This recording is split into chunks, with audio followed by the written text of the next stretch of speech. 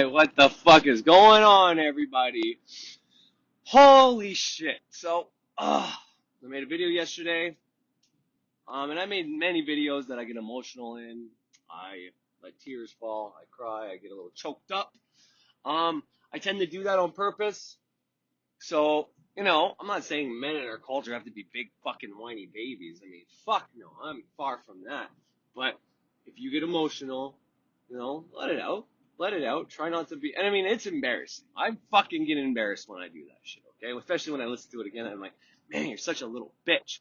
But, that's that part of my mind that's been probably conditioned all my life to tell me men are strong and tough and stiffen up that upper lip and don't whine, you gotta be strong and, whatever the case is, and you don't want her to get sad and be like, well, of course, sad, he's my rock, and he's fucking having a hard time with it, so I don't need her getting, and maybe I'm wrong, maybe that's a bad attitude to have, but I think to be the rock, to be the strong person in the family, telling everybody things are going to be okay, is something I take on, and I take it fucking well, and I do it well, and I do it proudly.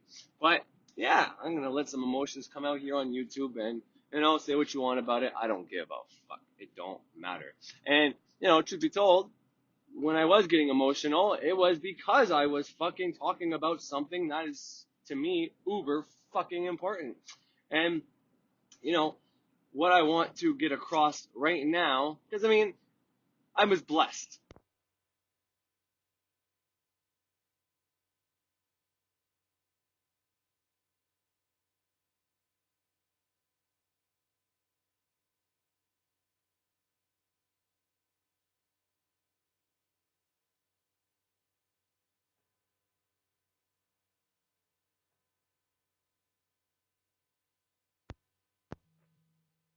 Like when the number changes, like when I go on YouTube, I hit my channel, and today I was getting ready to record my video to put it on my podcast. And then it's like 57. Like, that was last night at like midnight, it was 54. It was like, holy fuck. Like, and it's overwhelming, and I'm so grateful for it. And that doesn't come with, the opposite polarity, right? You got 3 people that subscribe to me, and thank you so much to you guys, whoever. I didn't check to see, and I wouldn't say your names if I did, but I appreciate it. Like, you fucking made my day, I woke up, and now I'm happy all day. I mean, probably nothing could break it. But, it didn't come with the opposite polarity. I have somebody who commented, the first comment, and I don't think I have to bring it up and read it. I don't even think I'll put it on the screen or anything like that. But, and maybe I will, who knows. But the first one was something like Stockholm Syndrome. Okay. And Stockholm Syndrome is, if you look at the definition, it's something to the effect of, it's where your captor, so like someone holding you for ransom, someone who's holding you hostage, okay? Well, you start feeling sorry and loving your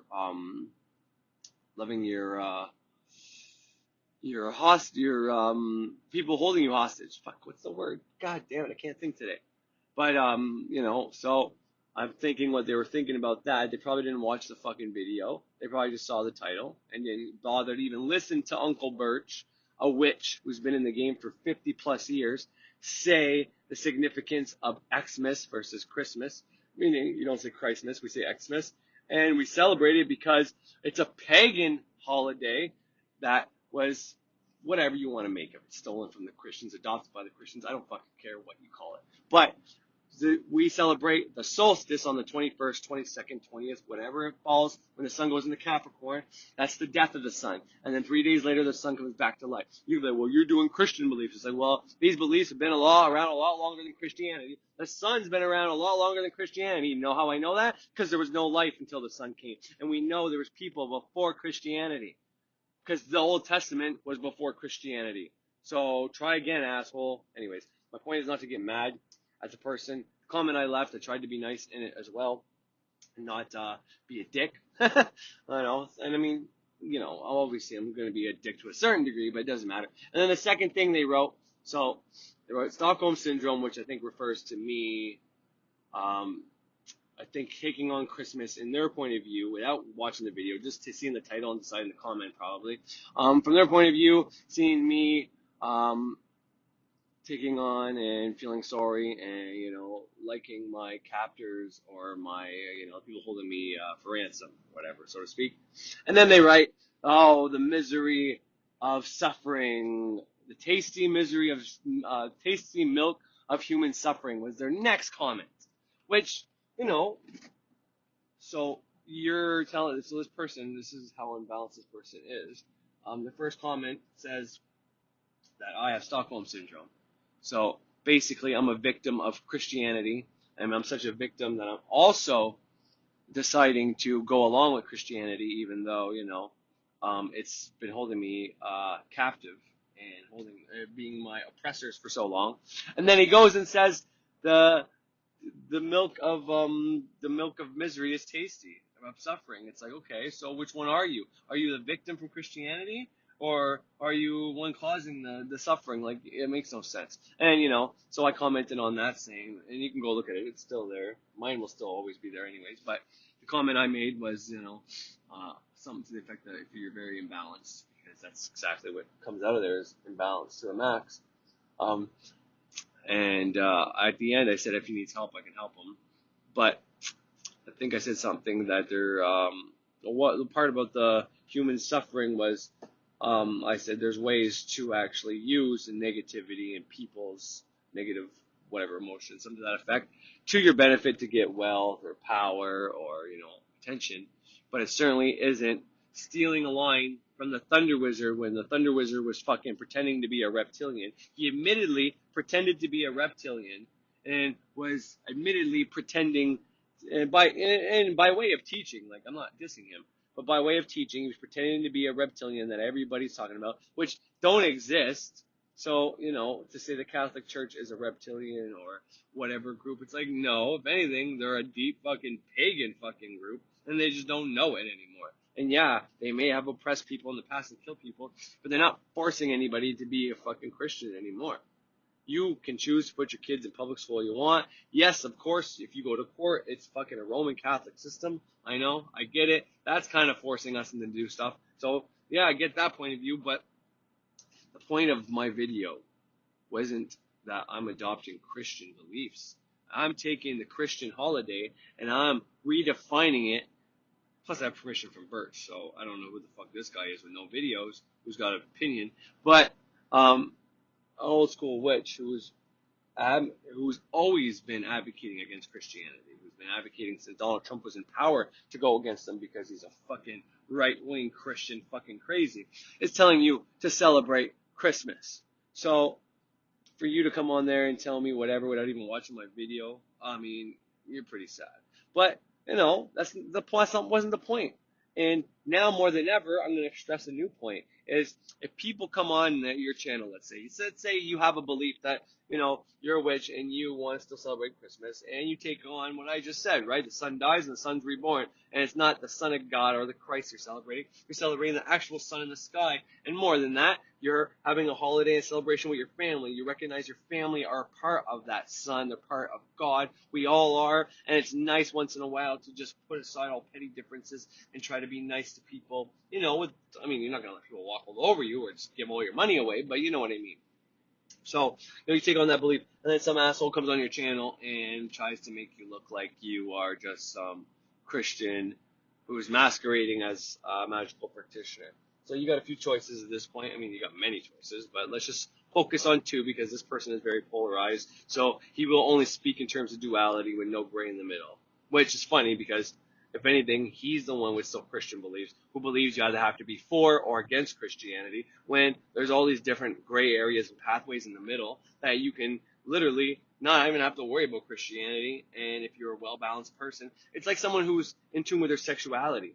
Does it mean, like, if you hug a man, does that mean you're fucking gay? I mean, I don't go around hugging men, but the point is, if you're watching porn then, for example, and you see a man's penis, does that make you gay? Are you that much of a homophobe? Does it mean anytime you look at a man who's naked, does that make you gay? Or are you in tune enough with your sexuality to know that watching two people having sex is something that turns you on because you project yourself as that man? If you're watching, the physical act of sex, let's say on TV, to turn you on because you don't have a partner.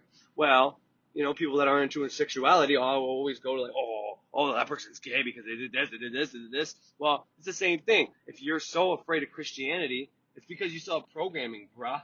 So the fact that you are trying to claim that I'm still a Christian is just projection. You're just projecting onto me your bullshit you haven't dealt with yet. You're jealous that I have found a way that I can fucking deal with this, that I can deal with my spirituality and be a well-balanced person and fucking talk about it and actually make fucking sense. You're just pissed off. So, with the full power and everything behind this statement, I truly do. If you want to reach out, I will try to help you in any way, shape, or can. And if you choose to not take that help and be a victim and all that, well, feel free to keep commenting, but, you can really go fuck yourself at the end of the day because, your little opinion doesn't mean shit to me. But anyways, so we'll talk in terms of polarity since this guy's polarized. But, you can choose to, okay, I'm going to redact that, or maybe I should. You can always question yourself and question your beliefs and all that and think this person's right. Or you can just throw it by the wayside and say, you know what, this person doesn't know the first fucking thing about me, and I'm going to defend what I believe is right. And maybe even down the road you'll find out it's not so right, and you might have to tweak it. And that's what a well-balanced person does, is they fucking tweak what they have to do. They fucking tweak their fucking religion as they fucking go, their spirituality as they go. They don't just get stuck on bullshit and lines and things other people say and fucking, absolute statements like, well, if you are practicing Christmas, well, then you're a Christian. Because, I'm pretty sure my video, which you're going to hear now, I'm going to do it in a different sequence too. I'm going to start with Zeitgeist, and then Birch, and then my part on this. Whereas in my video, I started with me, then Birch, and then Zeitgeist, and then the rest of what I had to say. So I'm going to switch it up a bit so you can hear. Before I do that, I'm going to play some fucking Christmas and fucking Hanukkah songs, y'all. And I want to play that for a reason. And, anyways, a well fucking balanced person, what they're going to do is they're going to fucking, they're going to tune up their spirituality as they fucking go. And that's what I do. So something like this doesn't mean two fucks to me. I'm using this as an example to teach you, but in all honesty, what they have to say, their opinion, doesn't mean much. And so, first song you're going to hear is going to be Adam Sandler, Hanukkah songs. I might even play all fucking four because I like them all so much. And it's not that I'm Jewish. That thinking alone is ridiculous. If you think because I'm playing a Hanukkah song, that makes me a fucking Jew, well, you're an idiot. Because clearly I'm not a Jew, I'm celebrating Christmas.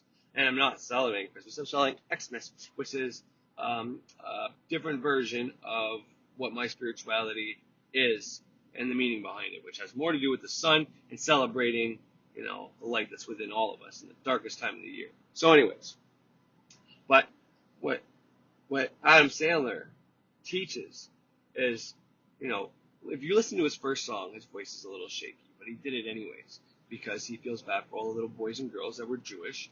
His movie 8 Crazy Nights is kind of a little bit about that, but about losing his father at the same time and, missing his parents and rebelling.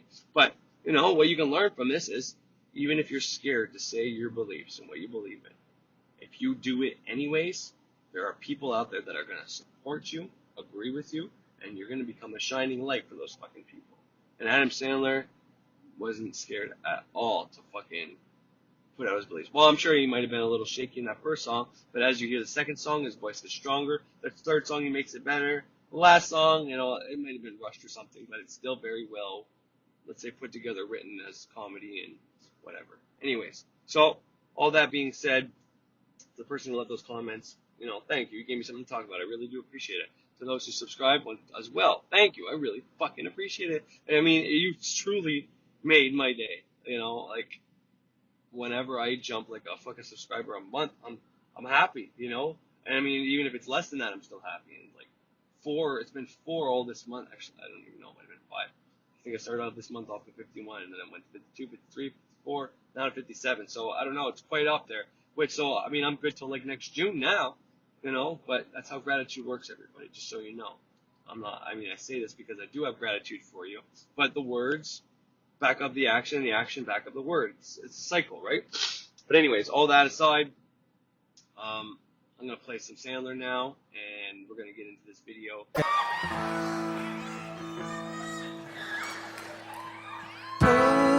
your yarmulke. Here comes Hanukkah. So much Hanukkah to celebrate Hanukkah. Hanukkah is the festival of lights.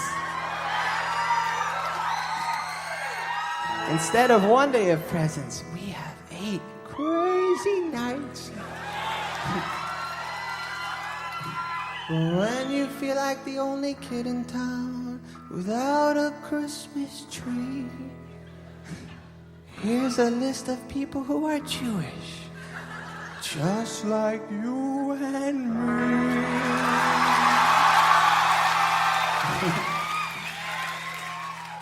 David Lee Roth lights the menorah. So do James Conn, Kirk Douglas, and the late Dinah Shore. Guess who eats together at the Carnegie Deli? Bowser from Sha-Na-Na and Arthur Fonzarelli. Paul Newman's half Jewish, Goldie Hawn's half too. Put them together, what a fine-looking Jew. You don't need deck the halls or jingle bell rock, 'cause you can spin a dreidel with Captain Kirk and Mr. Spock, both Jewish. Put on your yarmulke, it's time for Hanukkah. The owner of the Seattle Supersonicas celebrates Hanukkah. O.J. Simpson, not a Jew.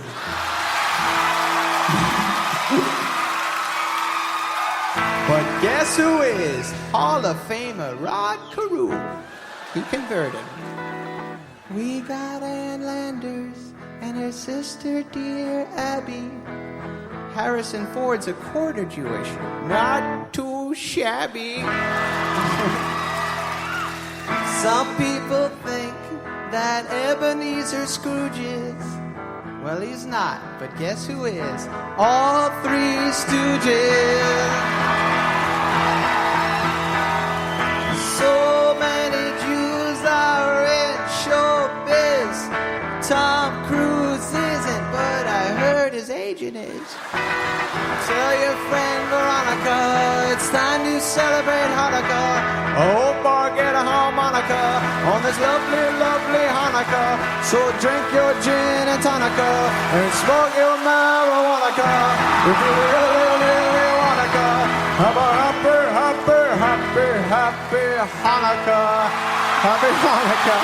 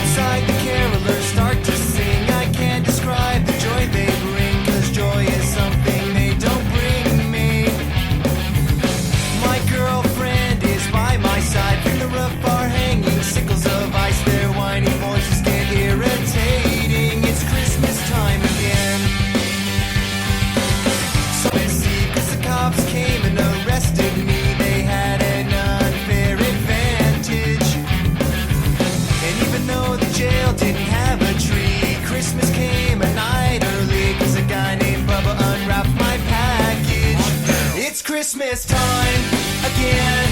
It's time to be nice to the people you can't stand all year. I'm growing tired of all this Christmas cheer. You people scare me. Please stay away from my home. If you don't want to get me down, just leave the presents and then leave me alone.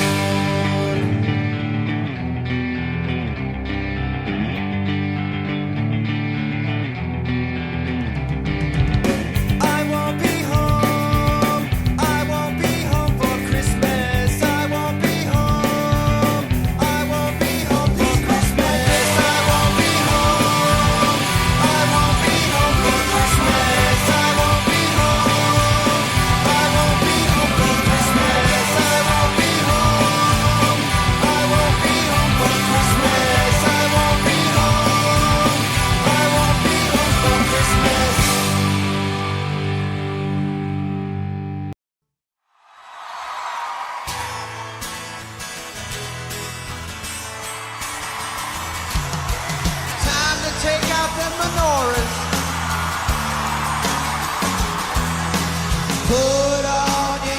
Hanukkah. It's time for Hanukkah. So much Hanukkah to celebrate Hanukkah.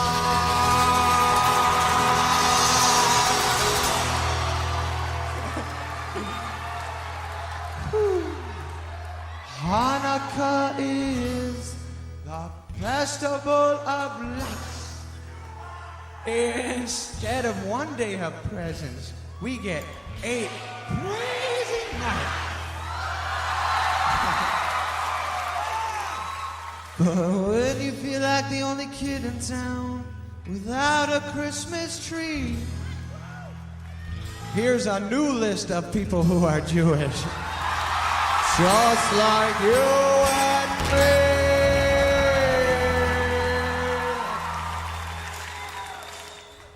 Winona Ryder drinks Manischewitz wine, then spins a dreidel with Ralph Lauren and Calvin Klein. Guess who gives and receives loads of Hanukkah toys?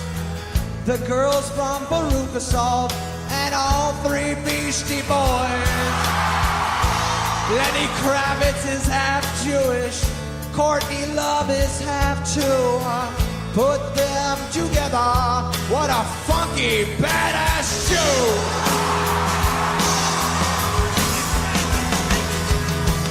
We got Harvey Keitel and Flash dancer Jennifer Beals. Yasmin Bleeth from Baywatch is Jewish, and yes, her boobs are real. Put on that yarmulke, it's time for Hanukkah.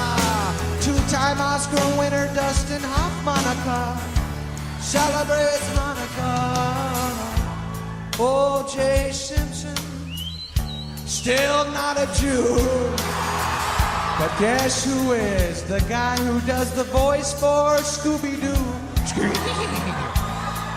Bob Dylan was born a Jew, then he wasn't, but now he's back.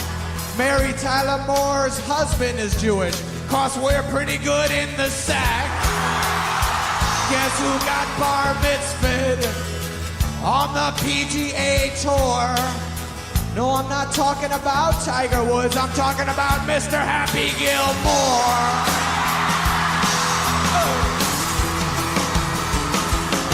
So many Jews are in the showbiz. Bruce Springsteen isn't Jewish, but my mother thinks he is.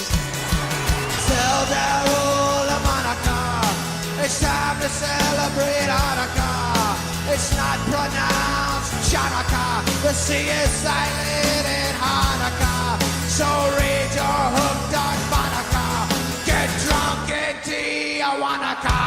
If you really, really wanna go, have a hubby, Way before the king, rubber-bum-bum, rubber-bum-bum, rubber-bum-bum.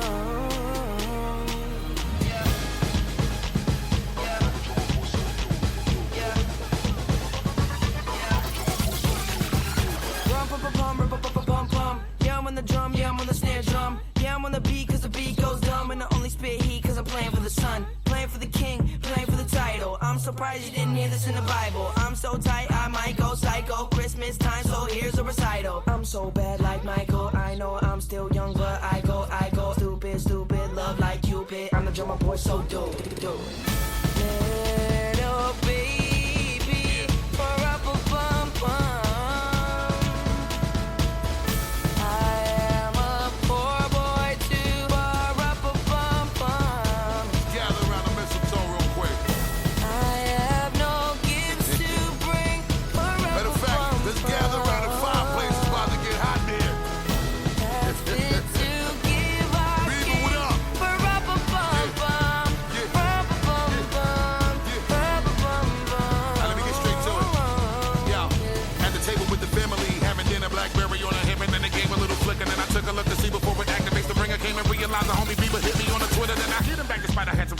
finger sipping eggnog with a little sprinkle of vanilla. Even though it's kinda cold, I'm pulling out a chinchilla. Bieber hit me back and said, let's make it hot up in the winter. I said, cool. You know I'ma deliver, let's collaborate and make the holiday a little bigger. Before we work, I gotta get this off. See the other family members and drop gifts off. Then I'm headed to the studio, cause ain't nothing stopping. How you know we about to turn it up and really get it popping now? People everywhere and all our Twitter followers, Merry Christmas, Kwanzaa, Happy Hanukkah. Merry night, pa-ra-pa-pum-pum. The ox and lamb kept time, pa-ra-pa-pum-pum. I played my drum for him, pa-ra-pa-pum-pum. Yeah, yeah, yeah. I played my bass for him, pa-ra-pa-pum-pum.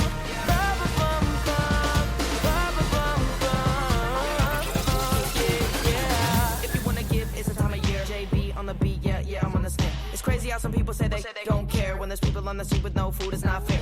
It's about time for you to act merrily. It's about time for you to give to charity. Rarely do people even wanna help at all, cause they warm by the fire, getting toys and the dolls. Not thinking there's a family out hungry and cold. Wishing that they had somebody they could hold. So I think some of you need to act bold. Give a can to a drive, let's change the glow. Glow, glow, glow, glow, glow. I'm the drummer boy, so dope. I'm the drummer boy, so dope. I'm the drummer boy, so dope. Yeah, I'm the drummer boy, so dope.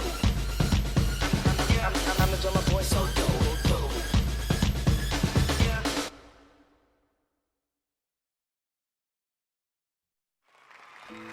You stepped up for me, Stone. I don't know if I could ever repay you. Well, you can help me with my dream. You got a dream? What is it? To have someone wish me a happy Hanukkah and feel as good as I used to when my dad would say it to me.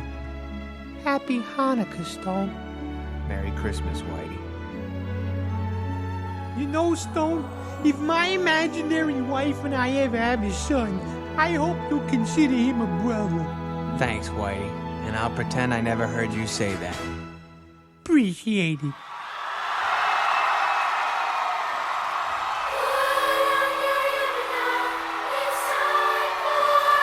Sounds good, guys.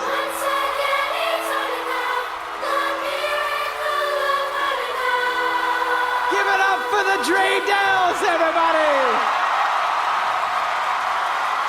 Hanukkah is the festival of lights.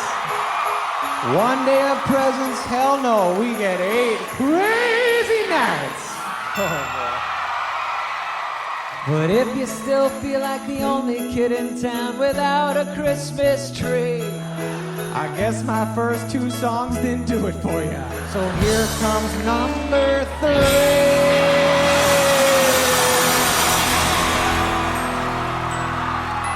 Ross and Phoebe from Friends say the Hanukkah blessing.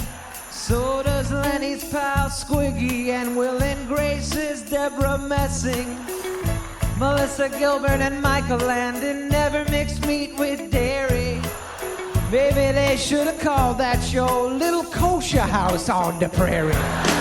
We got Jerry Lewis, Ben Stiller and Jack Blacker. Tom Arnold converted to Judaism, but you guys can have him back. Just kidding, Tommy. We may not get to kiss underneath the mistletoe, but we can do it all night long with Deuce a Big Hello. I'm Jewish. Oh my God, sweet Robbie Schneider is here.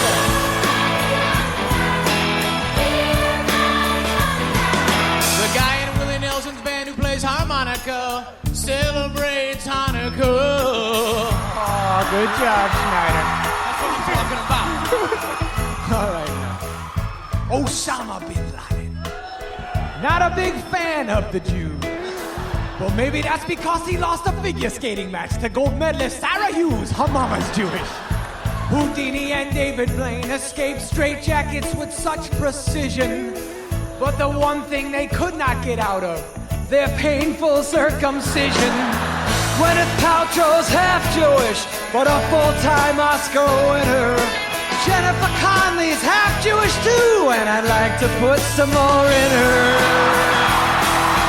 Woo! There's Lou Reed, Perry Farrell, Beck, and Paula Abdul.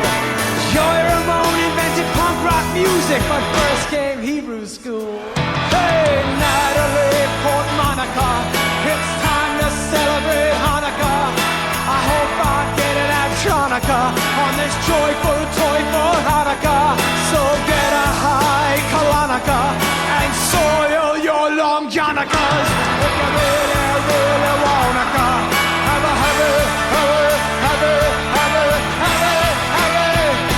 happy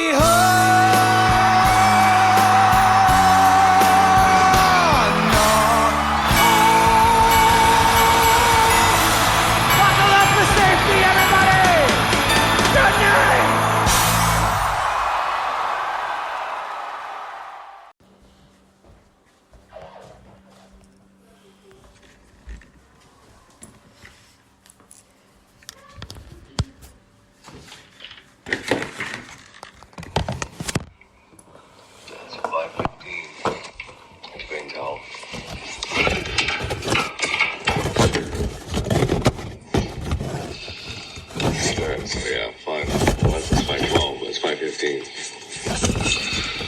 So I'm getting ready to go to work, and I'm going to make a video. And I want to clarify that this video is not to say that Christmas,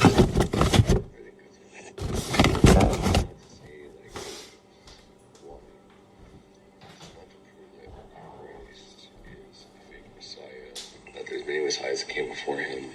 This is not to prove that Christmas is or isn't originally pagan or anything like that. It's not to do any of those things. Those things may be proven or pointed out, but it's not to do any of those things. It's to simply show everybody that if you're a magical practitioner, witch, ceremonial magician, heathen, fucking Norse dude, shaman, Luciferian, satanic, whatever you want to call it. You might be harder if you're really opposed to Christ and Christianity to want to celebrate Christmas or Xmas, rather say Xmas, but I've been saying for the last little bit that the Bible has stolen most of its stories from older traditions, and I'm going to play some content here before I get started on what I want to teach. 3 videos from Birch. Now, one is the entire video, but it's 4 minutes long. It's a shout out to Jesus. The second one is about Samhain. I have only, recorded 3 minutes out of that, like 20-minute video. And then the last one is a 20-minute video, which is straight up about Xmas, and why he celebrates Xmas, and why he talks about Druidic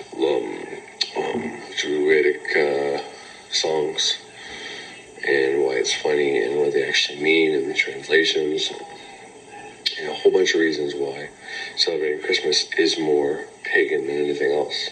And you can see this. There's actually Christian videos about this, explaining how Christmas is, bad holiday. And this is where I think a lot of the Christianity is satanic stuff comes from, because, our religion is satanic, apparently, being spiritual and trying to do for self instead of begging God for everything is satanic, I guess. But anyways, the point I'm trying to say is my video is not about making fun of Christianity, although it might come off as that. It's not about saying that I'm better than them or anything.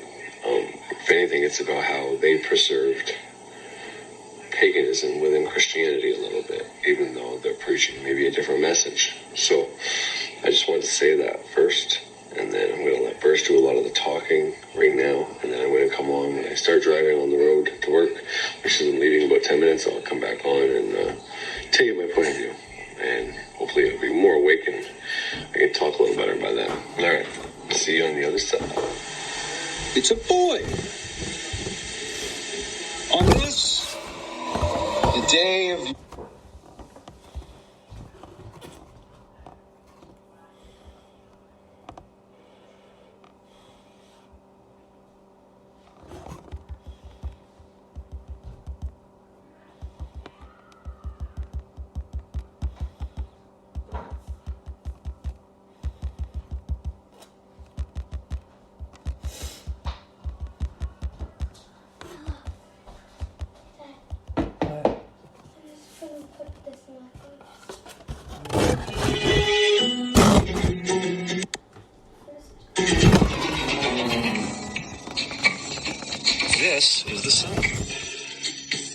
far back as 10,000 BC, history is abundant with carvings and writings reflecting people's respect and adoration for this object.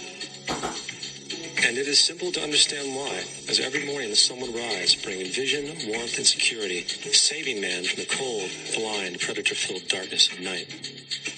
Without it, the cultures understood the crops would not grow and life on the planet would not survive. These realities made the sun the most adorned object of all time. Likewise, they were also very aware of the stars. The tracking of the stars allowed them to recognize and anticipate events which occurred over long periods of time, such as eclipses and full moons. They in turn cataloged celestial groups into what we know today as constellations. This is the cross of the zodiac, one of the oldest conceptual images in human history. It reflects the sun as it figuratively passes through the 12 major constellations over the course of a year. It also reflects the 12 months of the year, the 4 seasons, and the solstices and equinoxes. The term zodiac relates to the fact that constellations were anthropomorphized or personified as figures or animals. In other words, the early civilizations did not just follow the sun and stars, they personified them with elaborate myths involving their movements and relationships. The sun, with its life-giving and saving qualities, was personified as a representative of the unseen creator or God, God's Son, the light of the world, the savior of humankind. Likewise, the 12 constellations represented places of travel for God's Son, and were identified by names, usually representing elements of nature that happened during that period of time. For example, Aquarius, the water bearer, who brings the spring rains.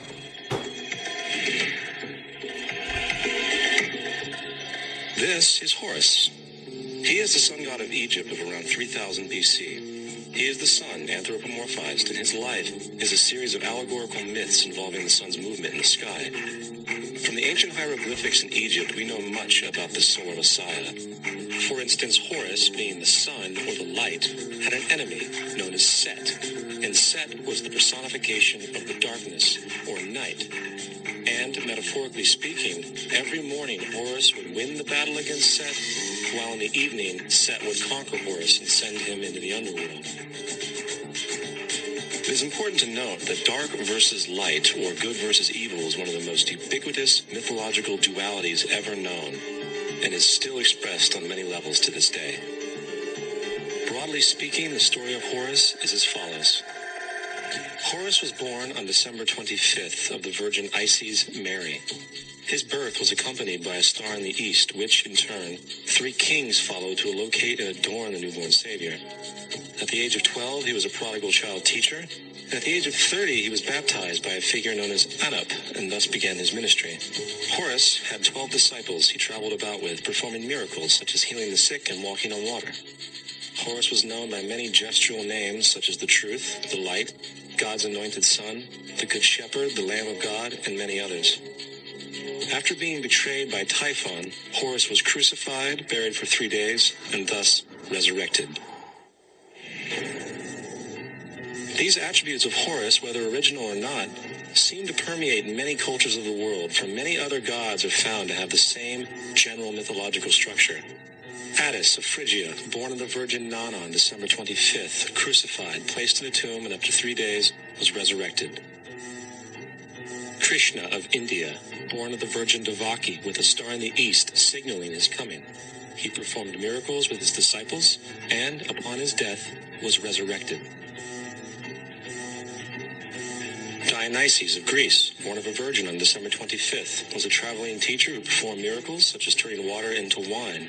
He was referred to as the King of Kings, God's only begotten Son, the Alpha and Omega, and many others. And upon his death, he was resurrected. Mithra of Persia, born of a virgin on December 25th. He had 12 disciples and performed miracles, and upon his death was buried for 3 days and thus resurrected. He was also referred to as the Truth, the Light, and many others. Interestingly, the sacred day of worship of Mithra was Sunday. The fact of the matter is, there are numerous saviors from different periods from all over the world which subscribe to these general characteristics. The question remains, why these attributes? Why the virgin birth on December 25th? Why dead for 3 days in the inevitable resurrection? Why 12 disciples or followers? To find out, let's examine the most recent of the solar messiahs. Jesus Christ was born of the Virgin Mary on December 25th in Bethlehem. His birth was announced by a star in the east, which 3 kings or magi followed to locate and adorn the new Savior. He was a child teacher at 12, and at the age of 30, he was baptized by John the Baptist, and thus began his ministry. Jesus had 12 disciples, which he traveled about with, performing miracles such as healing the sick, walking on water, raising the dead. He was also known as the King of Kings, the Son of God, the Light of the World, the Alpha and Omega, the Lamb of God, and many, many others. After being betrayed by his disciple Judas and sold for 30 pieces of silver, he was crucified, placed in a tomb, and after 3 days was resurrected and ascended into heaven. First of all, the birth sequence is completely astrological. The star in the east is Sirius, the brightest star in the night sky, which, on December 24th, aligns with the 3 brightest stars in Orion's belt. These 3 bright stars in Orion's belt are called today what they were called in ancient times, the 3 kings. And the 3 kings and the brightest star, Sirius, all point to the place of the sunrise on December 25th. This is why the 3 kings follow the star in the east, in order to locate the sunrise, the birth of the sun.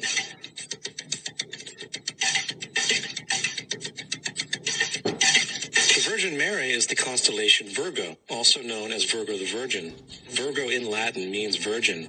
The ancient glyph for Virgo is the altered M. This is why Mary, along with other virgin mothers, such as Adonis's mother Myra or Buddha's mother Maya, begin with an M. Virgo is also referred to as the house of bread, and the representation of Virgo is a virgin holding a sheaf of wheat. This house of bread and its symbol of wheat represents August and September, the time of harvest. In turn, Bethlehem, in fact, literally translates to house of bread.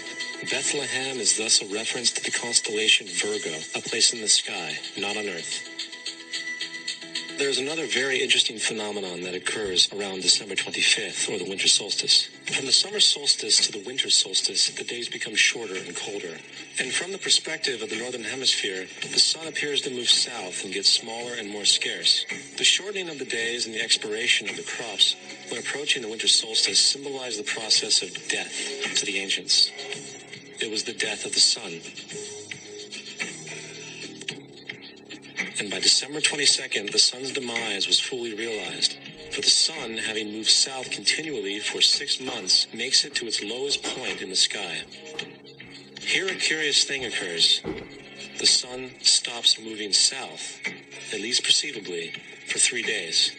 And during this 3-day pause, the sun resides in the vicinity of the Southern Cross, or Crux, constellation. And after this time, on December 25th, the sun moves 1 degree, this time north, foreshadowing longer days, warmth, and spring. And thus it was said, the sun died on the cross, was dead for 3 days, only to be resurrected or born again.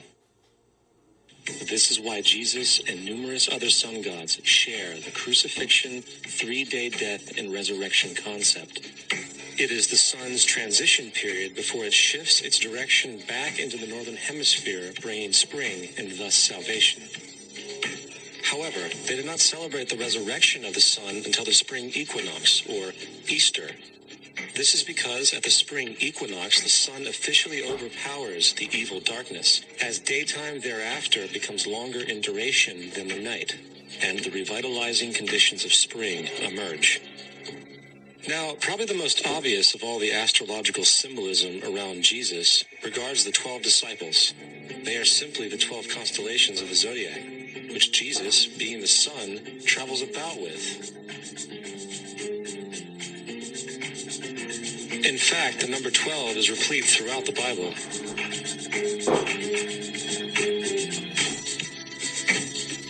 This text has more to do with astrology than anything else. Coming back to the cross of the zodiac, the figurative life of the sun, this was not just an artistic expression or tool to track the sun's movement. It was also a pagan spiritual symbol, the shorthand of which looked like this. This is not a symbol of Christianity. It is a pagan adaptation of the cross of the zodiac.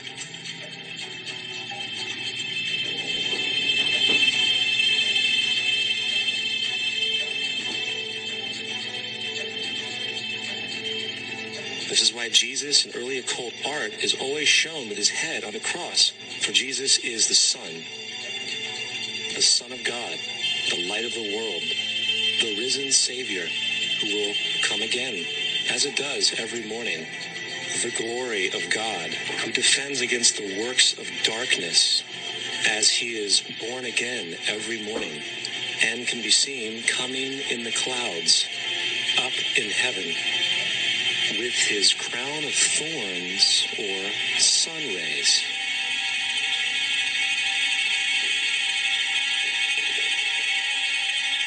Now, of the many astronomical metaphors in the Bible, one of the most important has to do with the ages. Throughout the scriptures, there are numerous references to the age.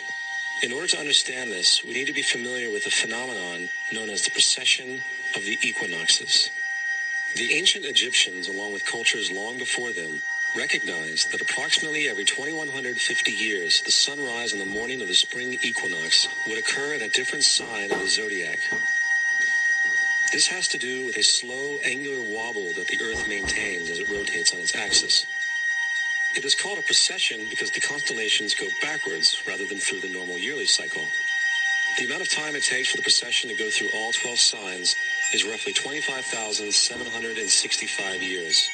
This is also called the Great Year, and ancient societies were very aware of this, and they referred to each 2150-year period as an age. From 4300 BC to 2150 BC, it was the age of Taurus, the bull. From 2150 BC to 1 AD, it was the age of Aries, the ram. And from 1 AD to 2150 AD, it is the age of Pisces, the age we are still in to this day. And in and around 2150, we will enter the new age, the age of Aquarius. Now, the Bible reflects, broadly speaking, a symbolic movement through 3 ages while foreshadowing a 4th. In the Old Testament, when Moses comes down Mount Sinai with the 10 Commandments, he is very upset to see his people worshiping a golden bull calf. In fact, he shattered the stone tablets and instructed his people to kill each other in order to purify themselves. Most biblical scholars will attribute this anger to the fact that the Israelites were worshiping a false idol or something to that effect. The reality is, the golden bull is Taurus the bull, and Moses represents the new age of Aries the ram. This is why Jews even today still blow the ram's horn. Moses represents the new age of Aries, and upon the new age, everyone must shed the old age. Other deities mark these transitions as well, such as Mithra, a pre-Christian god who kills the bull in the same symbology. Now Jesus is the figure who ushers in the age following Aries, the age of Pisces, or the 2 fish. Fish symbolism is very abundant in the New Testament. Jesus feeds 5,000 people with bread and 2 fish. When he begins his ministry walking along Galilee, he befriends 2 fishermen who follow him. And I think we have all seen the Jesus fish on the back of people's cars. Little do they know what it actually means. It is a pagan astrological symbolism for the sun's kingdom during the age of Pisces. Also, Jesus' assumed birth date is essentially the start of this age. At Luke 22:10, when Jesus is asked by his disciples where the next Passover will be after he is gone, Jesus replies, "Behold, when ye are entered into the city, there shall a man meet you, bearing a pitcher of water. Follow him into the house where he entereth in." This scripture is by far one of the most revealing of all the astrological references. The man bearing the pitcher of water is Aquarius, the water bearer, who is always pictured as a man pouring out a pitcher of water. He represents the age after Pisces, and when the sun, God's Son, leaves the age of Pisces, Jesus, it will go into the house of Aquarius, as Aquarius follows Pisces in the precession of the equinoxes. All Jesus is saying is that after the age of Pisces will come the age of Aquarius.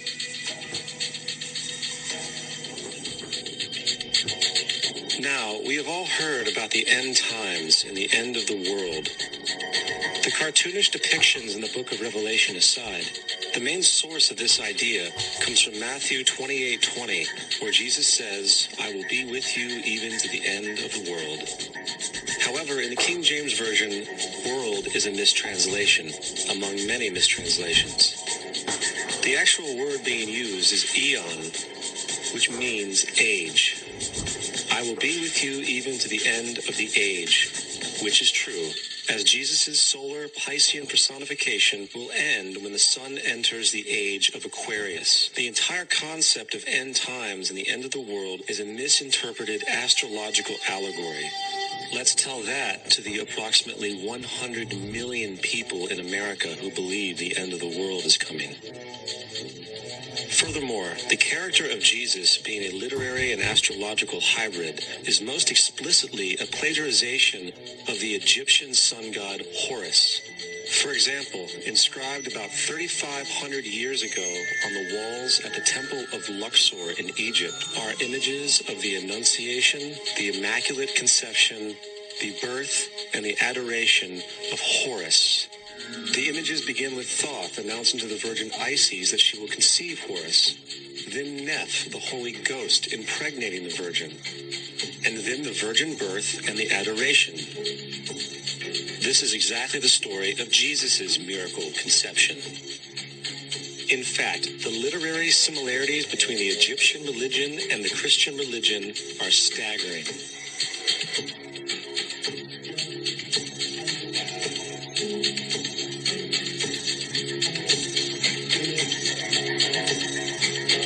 And the plagiarism is continuous. The story of Noah and Noah's Ark is taken directly from tradition. The concept of the Great Flood is ubiquitous throughout the ancient world, with over 200 cited claims in different periods and times. However, one need look no further for a pre-Christian source than the Epic of Gilgamesh, written in 2600 BC. This story talks of a great flood commanded by God, an ark with saved animals upon it, and even the release and return of a dove, all held in common with the biblical story, among many other similarities. And then there is the plagiarized story of Moses. Upon Moses' birth, it is said that he was placed in a reed basket and set adrift in a river in order to avoid infanticide. He was later rescued by a daughter of royalty and raised by her as a prince. This baby in a basket story was lifted directly from the myth of Sargon of Akkad of around 2250 BC. Sargon was born, placed in a reed basket in order to avoid infanticide, and set adrift in a river. He was in turn rescued and raised by Aki, a royal midwife. Furthermore, Moses is known as the lawgiver, the giver of the Ten Commandments, the Mosaic Law. However, the idea of a law being passed from God to a prophet up on a mountain is also a very old motif. Moses is just another lawgiver in a long line of lawgivers in mythological history. In India, Manu was the great lawgiver. In Crete, Minos ascended Mount Dicta, where Zeus gave him the sacred laws. While in Egypt, there was Meses, who carried stone tablets, and upon them the laws of God were written. Manu, Minos, Meses, Moses. And as far as the Ten Commandments, they are taken outright from spell 125 in the Egyptian Book of the Dead. What the Book of the Dead phrased, "I have not stolen," became "thou shalt not steal." "I have not killed," became "thou shalt not kill." "I have not told lies," became "thou shalt not bear false witness," and so forth. In fact, the Egyptian religion is likely the primary foundational basis for the Judeo-Christian theology. Baptism, afterlife, final judgment, virgin birth, death and resurrection, crucifixion, the Ark of the Covenant, circumcision, saviors, Holy Communion, Great Flood, Easter, Christmas, Passover, and many, many more are all attributes of Egyptian ideas long predating Christianity and Judaism. Justin Martyr, one of the first Christian historians and defenders, wrote, When we say that he, Jesus Christ, our teacher, was produced without sexual union, was crucified and died and rose again and ascended into heaven, we propound nothing different from what you believe regarding those who you esteem sons of Jupiter. In a different writing, Justin Martyr said, he was born of a virgin, except this in common with what you believe of Perseus. It's obvious that Justin and other early Christians knew how similar Christianity was to the pagan religions. However, Justin had a solution. As far as he was concerned, the devil did it. The devil had the foresight to come before Christ and create his characteristics in the pagan world. Fundamentalist Christianity, fascinating. These people actually believe the world is 12,000 years old. It's pretty bad. I actually asked one of these guys, okay, dinosaur fossils. He says, dinosaur fossils? God put those here to test our faith.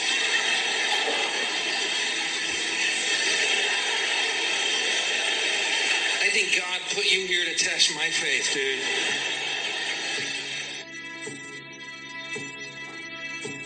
The Bible is nothing more than an astrotheological literary hybrid, just like nearly all religious myths before it. In fact, the aspect of transference of one character's attributes to a new character can be found within the book itself. In the Old Testament, there is the story of Joseph. Joseph was a prototype for Jesus. Joseph was born of a miracle birth. Jesus was born of a miracle birth. Joseph was of 12 brothers. Jesus had 12 disciples. Joseph was sold for 20 pieces of silver. Jesus was sold for 30 pieces of silver. Brother Judah suggests the sale of Joseph. Disciple Judas suggests the sale of Jesus. Joseph began his work at the age of 30. Jesus began his work at the age of 30. The parallels go on and on. Furthermore, is there any non-biblical historical evidence of any person living with the name Jesus, the son of Mary, who traveled? I find it fascinating what he said about that. Because if you know, like, 7 Notes, so recently had a video, I mean, I don't know how recent. I mean, when I say recently, it's normally like my last 10.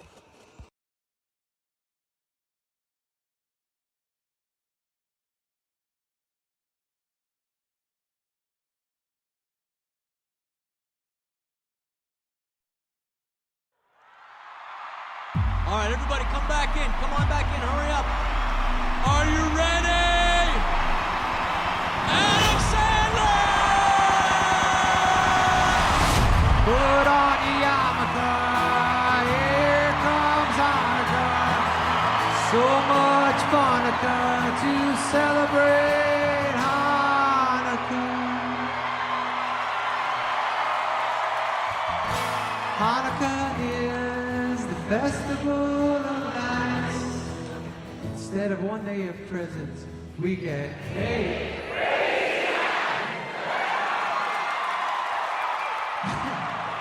When you feel like the only kid in town without a Christmas tree, here's the 4th list of people who are Jewish.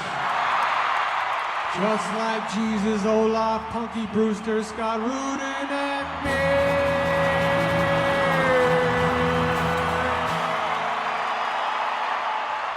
Joseph Gordon-Levitt enjoys eating kugel. So does Stanley Jake Gyllenhaal and the 2 guys who founded Google. Adam Levine wears a Jewish star, so does Drake and Seth Rogen. Goldberg has a gold yarmulke to match the belt he won from Hulk Hogan. We got Scarlett Johansson and talk about a kosher crush. And if you need a higher voice to turn you on, how about Geddy Lee from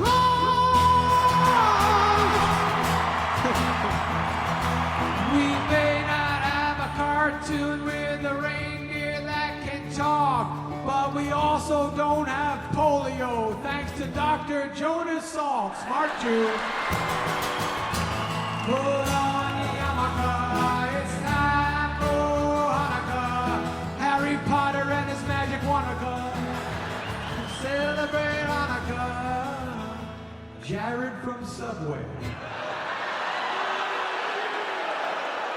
God damn it, a Jew! But guess who's Jewish and can fix him? Love Lines, Dr. Drew. Get on it, Doc! Princess Leia cuts the challah with Queen Elsa from Frozen. David Beckham is the king of soccer studs and also a quarter chosen. Ron Jeremy's fully Jewish and so's his foot-long buddy. Shia LaBeouf is half a Jew, but 100% nutty.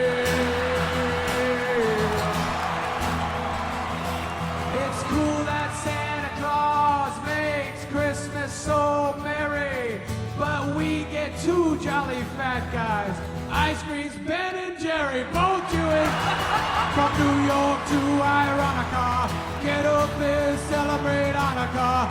Don't mess with us, oh Hanukkah. Let's all get along for Hanukkah. So drink your Jaeger Babaka and smoke your medical Chronica. If you really, really wanna go, have a happy, happy, happy, happy, happy, happy, happy, happy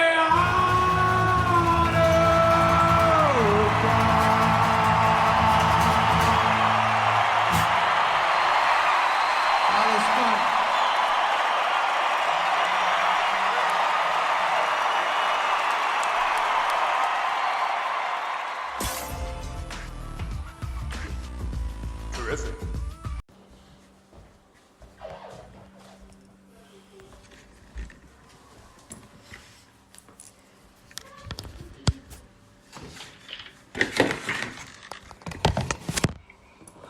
It's 5:15. You can tell.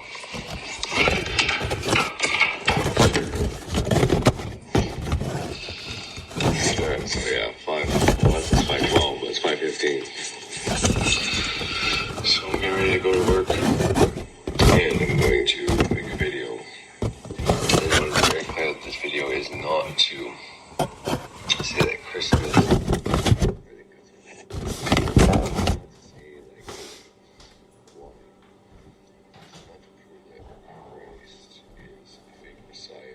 that there's many messiahs that came before him. This is not to prove that Christmas is or isn't originally pagan or anything like that. It's not to do any of those things. Those things may be proven or pointed out, but it's not to do any of those things.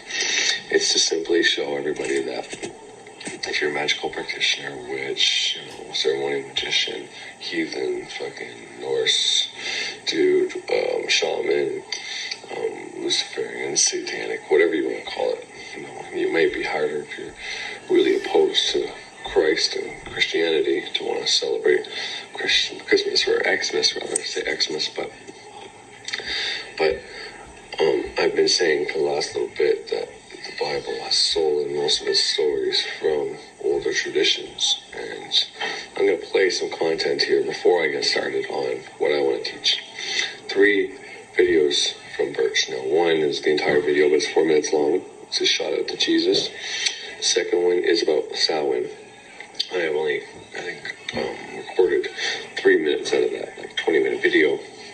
And then the last one is a 20-minute video, which is straight up about Xmas, and why he celebrates Xmas, and why he talks about Druidic songs, and why it's funny, and what they actually mean, and the translations, and a whole bunch of reasons why celebrating Christmas is more pagan than anything else. And you can see this. There's actually Christian videos about this, explaining how Christmas is, bad holiday. And this is where I think a lot of the Christianity is satanic stuff comes from, because our religion is satanic apparently. Being spiritual and trying to do for self instead of begging God for everything is satanic, I guess. But anyways, the point I'm trying to say is my video is not about making fun of Christianity, although it might come off as that. It's not about saying that I'm better than them or anything. If anything, it's about how they preserved paganism within Christianity a little bit, even though they're preaching maybe a different message. So I just wanted to say that first, and then I'm going to let Burst do a lot of the talking right now, and then I'm going to come on when I start driving on the road to work, which is I'm leaving in about 10 minutes. I'll come back on and tell you my point of view, and hopefully it'll be more awakened. I can talk a little better by then. All right, see you on the other side. It's a boy. On this, the day of...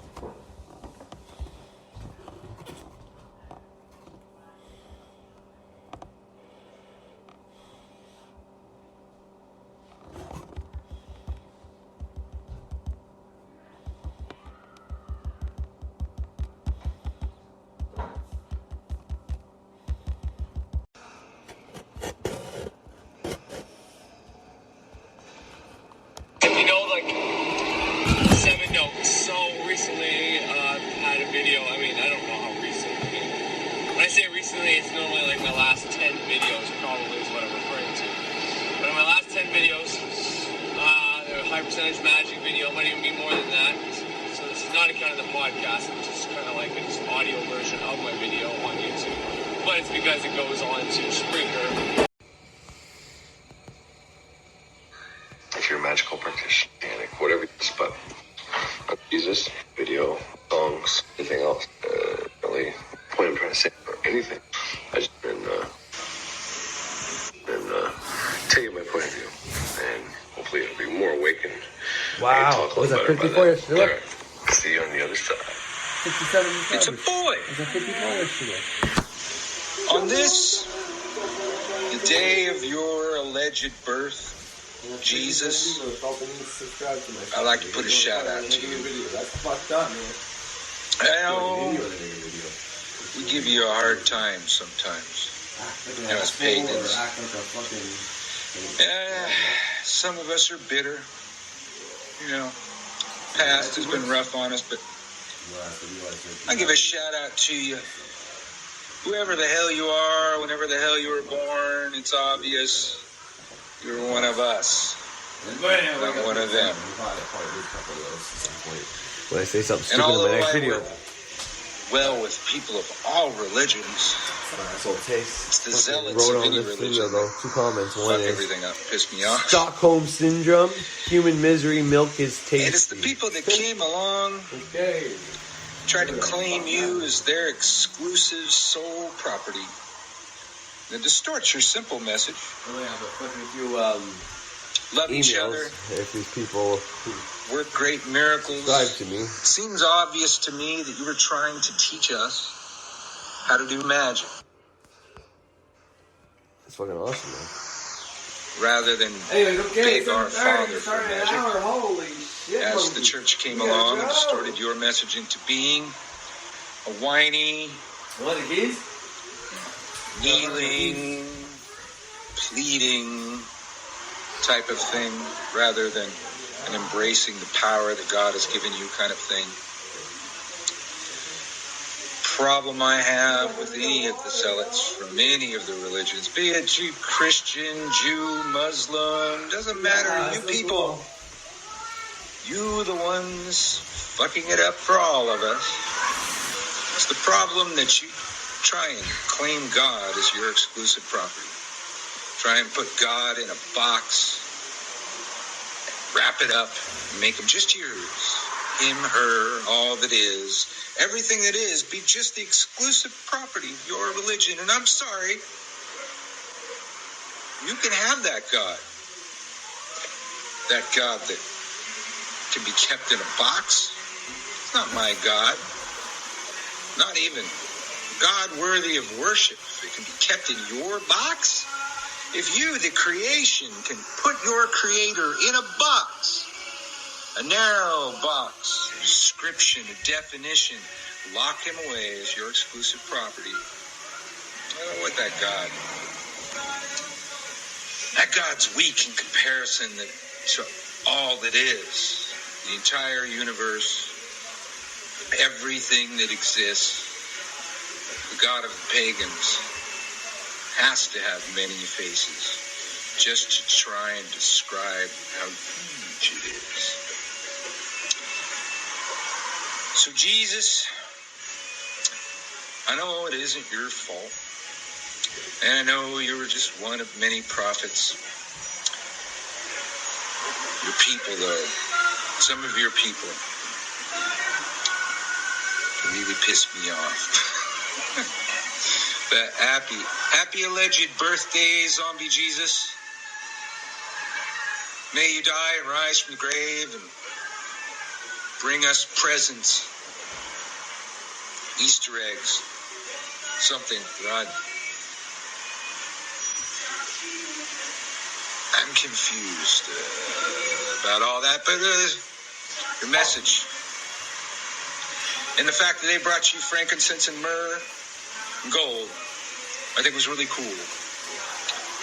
I think what they're trying to say there, Jesus, you one of us, not one of them. Matter of fact, they didn't even have them yet. They had us. They didn't have them yet. So you're obviously one of us. I'm sorry that they tried to make you one of them and made a very ugly message out of your teachings. But happy fucking birthday, dude. If I go? It's so bad by the Catholics, but what my clear vision has been able to remind people is that although the Catholic Church came along and tried to do away with us, kill us all, the Catholic Church was nice enough to provide a convenient place for paganism to survive, hidden all around the world. They provided a place to hide while they were killing us. And so we have the pure strains of paganism all over the world.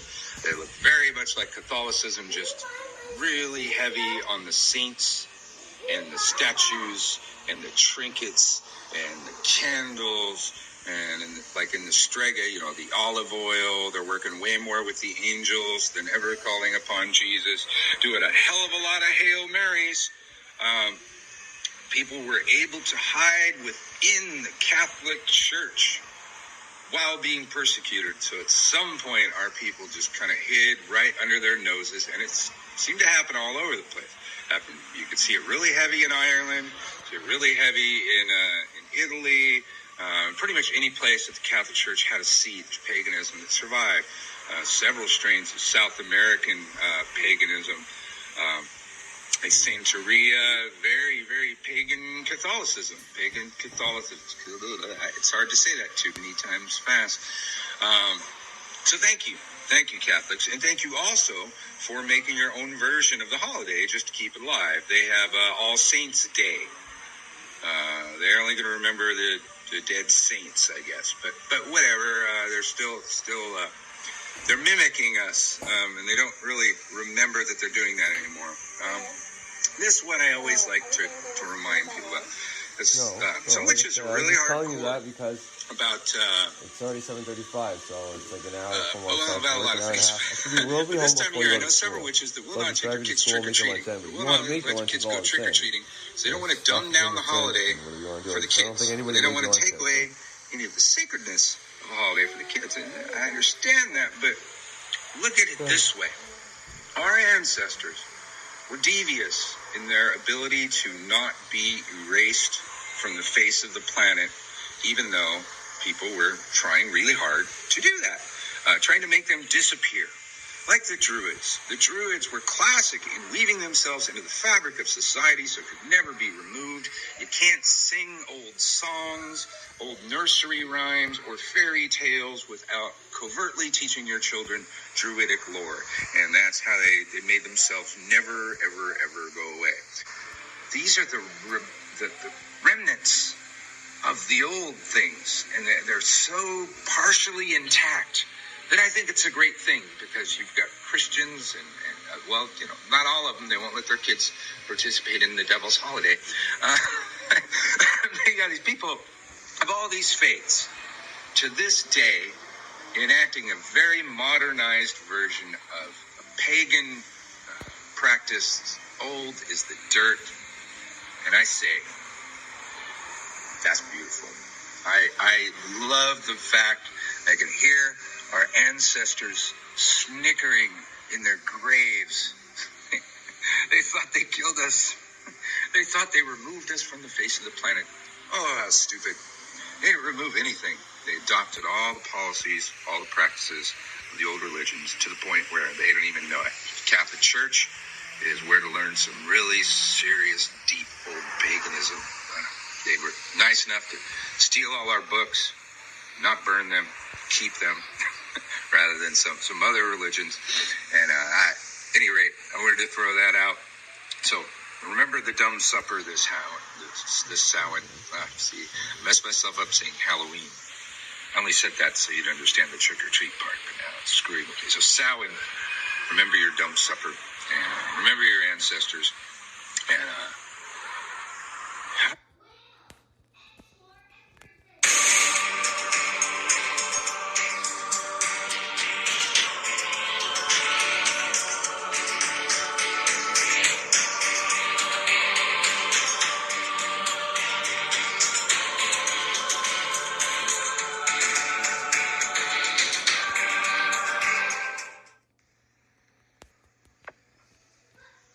kids.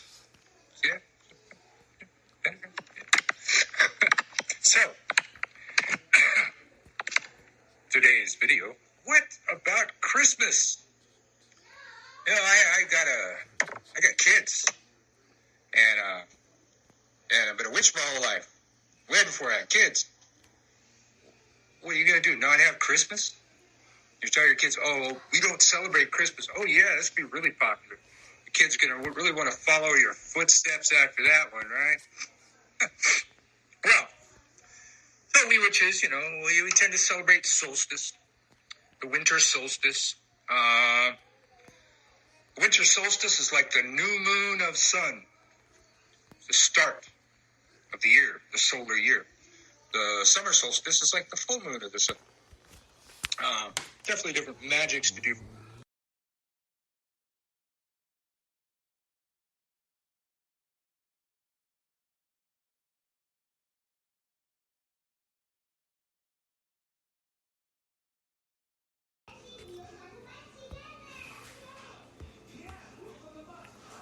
And there was a chant that they used to do. It was fa la la, fa la la, fa la la la la chite, which roughly translates to hail the sun, hail the sun, hail the early sun. Now, put that back into context with one of the most sung Christmas carols of them all. Deck the halls with boughs of holly. Holly being a druid symbol, and being that solstice time is the time that the Holly King defeats the Oak King and reigns until summer. We can see where that came from. Deck the halls with boughs of holly. Fa la la, la la la, la la la. Hail the sun, hail the sun, hail the sun, sun, sun. It is the season to be jolly. Clearly, we are the jolly religion and not our adversaries there. We celebrate, we do not celebrate. Ireland is where the wake comes from. It's a celebratory death ritual where you get really drunk and party rather than mourn. Let's see, to the season to be jolly. Don we now our gay apparel. The winter solstice was the night that the druids changed from their green robes to their white robes, their gay apparel. Sing, oh, fa la la la la la la la la, sun, hail the sun, hail the sun. Sing the ancient Yuletide carol, which we know is the ancient name for a holiday. There is a second verse that hardly anybody ever sings, but I have looked at it, and it's also very druidic. And if that thing that my friend told me is true, that's fucking funny. That's hilarious. That means the Druids, who were allegedly conquered by the Romans, but the Christian Romans, who were allegedly conquered, are having their songs sung to this day by people who were their adversaries. St. Patrick went to Ireland to do away with the Druids and several other pagan sects there. And that's just one thing. That's not even where I was going to go with the zeitgeist thing. The zeitgeist thing is what we learned very specifically on the winter solstice, which tends to be December 21st. But in reality, I think a witch should know A witch is not just a folk magician. A witch needs to know why, where, when, who, how, what. Needs to know the ins and outs of everything. So we need to know, as witches, the winter solstice happens at the moment that the sun enters Capricorn. And that not always on the 21st. It tends to be a little, I think it's usually the 21st or actually from the 20th to the 22nd. I think that's where solstice can fall in. But most times in my life, it has been on the 21st. But traditionally, on December 21st, the sun in the northern hemisphere, where a lot of us, the descendants of the people who stole this land here in America, came from the northern hemisphere. In the northern hemisphere, on the winter solstice, the sun reaches its lowest point. It dips below the horizon and does not reappear for 3 days. Now, the ancients saw the sun as God. And the belief surrounding that was that on the winter solstice, God died. God died, and 3 days later rises from the grave. So even that they stole from the pagans too. The entire Jesus mythos, and we know that the Jesus mythos was attached to the old pagan mythos by a pope and at the Council of Nicaea to give legitimacy to the story of Jesus. But the story, and especially if you watch Zeitgeist, the entire story had been told about every major god from the dawn of time, down to the traveling around with 12 apostles, working miracles, even turning water into wine. Every piece of that was somebody else before that. And a matter of fact, the entire story was Moses' story before it was Jesus' story. But then they go back, and all the way back to like Mithras, and I think they even go back to ancient Samaria, and the same thing. There's a main god associated with the sun, dies at the winter solstice, rises 3 days later. And where does that bring us? It brings us with the knowledge of knowing that they stole Christmas from us. When we celebrate Christmas, or when we're forced to celebrate Christmas with our Christian parents, we can be snickering under our breath, especially if they break out a Yule log or something, which unfortunately is sometimes a log of cheese. I've seen a log of cheese, it's called a Yule log. So, the pagan beliefs always exist. They're just quite oftentimes really bastardized and plasticized. But where does that bring us then? So if we're pagans, and we're witches, whatever you want to call yourself, but you're celebrating these seasonal holidays, and we just celebrate the solstice, we're just celebrating God's death. Now, most of the high holidays, and the solstice is not one of the high holidays, most of the high holidays in paganism were twofold. Like there's Samhain and the Day of the Dead the next day. There's Beltane Eve and Beltane. Very different holidays that go well together. They're twofold, two parts to all the main holidays. So I am advocating to help you through this shit, deal with this stuff every year. We should celebrate both. Shouldn't we celebrate the death of God and then the birth of God? Because in our spiritual and religious beliefs, death is but a doorway to new life. We believe that. That's why we believe in reincarnation. If we're going to reincarnate, aren't the gods going to reincarnate too? As above, so below. As the universe, so the soul. So, you tell everybody that I told you. Uncle Birch is advocating that you celebrate both the winter solstice and X-MAS. I will not say Christ Mass. Don't believe it. No reason to believe it. I am not one of those increasingly dominating types of Americans that cannot live with facts. And what we have is really no facts about Jesus. We have a lot of facts against the Jesus mythos. We have a lot of facts against everything that the church ever said. and really no facts to support them, except in the fact that everything in their book was stolen from somebody else. Entire Bible, all the stories in the Bible were told by cultures before the Bible, and before that, and before that, and before that, and before that. The Christians just, or maybe it was the Jews. Jews took them and made it their book, and then the Christians continued that idea. And maybe that was not the original idea. Maybe these people were like the bards and just cataloging history, and it somehow became a separate sect, claiming ownership and lineage to those stories, to those characters. Even though the Christians, the Muslims, and the Jews all have the same people in their books doing pretty much the same thing. Yet they fight and they disagree, and most of the world wars have fought through these three main factions that basically, certain variations, there's definitely a disagreement about Jesus.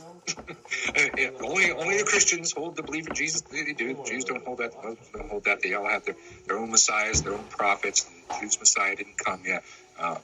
The Muslims was Muhammad. They're all the same book, because these are ancient tales from ancient cultures that came way before, and none of these people actually own them. So I'm saying you should celebrate both. I'm going to celebrate both. Got to celebrate both. Like I said, I got a kid. Oh no, we don't celebrate Christmas. I remember the first couple of years of my daughter, Bible, and that cannot live with facts. And what we have is really no facts about Jesus. We have a lot of facts against the Jesus mythos. We have a lot of facts against everything that the church ever said, and really no facts to support them, except in the fact that everything in their book was stolen from somebody else. Entire Bible, all the stories in the Bible were told by cultures before the Bible, and before that, and before that, and before that, and before that. The Christians just, or maybe it was the Jews. Jews took them and made it their book, and then the Christians continued that idea. And maybe that was not the original idea. Maybe these people were like the bards and just cataloging history, and it somehow became a separate sect, claiming ownership and lineage to those stories, to those characters. Even though the Christians, the Muslims, and the Jews all have the same people in their books doing pretty much the same thing. Yet they fight and they disagree, and most of the world wars have fought through these three main factions that basically are reading the same book. Certain variations, there's definitely a disagreement about Jesus. Only the Christians hold the belief in Jesus. They do. The Jews don't hold that. The Muslims don't hold that. They all have their own messiahs, their own prophets. The Jews' messiah didn't come yet. The Muslims was Muhammad. They're all the same book, because these are ancient tales from ancient cultures that came way before, and none of these people actually own them. So I'm saying you should celebrate both. I'm going to celebrate both. Got to celebrate both. Like I said, I got a kid. Oh no, we don't celebrate Christmas. I remember the first couple of years of my daughter's life, we were too busy with Samhain to get any trick-or-treating done. It's not going to make our beliefs very popular amongst the kids. They're not going to grow up and want to do that, those things to their kids. Yeah, exactly. So basically that's what I'm saying. The sun dies on the solstice. The sun rises on Xmas, the 25th, or roughly thereabout. I'm saying celebrate both. 'Tis the season to be jolly. Why not be jolly twice in a month? Makes perfect sense. Remember, we celebrate, not celibate. And if you do, that's your thing. But I wouldn't impose that on anybody else. There's people that have reasons for being celibate or declaring celibacy for a short amount of time till they figure out their shit or whatever.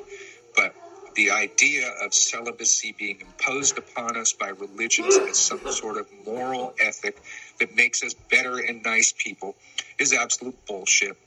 And there's nothing, even the God in the Bible told him to be fruitful and multiply. Likewise, there's nothing in the Bible against drinking, but yet we're told that that's some moral code that Christians have to follow. Nothing against drugs, but you got to be, clean and sober, and not be having sex except with your spouse and only then to procreate, having those ideas imposed upon us by a religion, no, I don't buy it. Because here's the thing. The witch thinks. The witch doesn't just react. The witch doesn't just go with what everybody else says. We should be thinking outside the box. Think of everything differently. And for my whole lifetime, I've never heard a pagan advocate this. I've heard a couple pagans adopt Jesus as a deity. I don't really know how that works, but whatever works for them. But I've never heard anybody say this. I think we should celebrate both the death and the life of our God, our sun God. What the fuck would we be without our sun God? It'd be cold. Shit wouldn't grow. We'd be dead. Really, we would never. The oceans would have been frozen, and so we would have never crawled out of the ocean and learned to be land-dwelling mammals. So, thanks, son. All right, that's pretty much what I have to say. So, happy solstice, Merry Xmas, and even though New Year's was on Samhain, Happy New Year. Bless.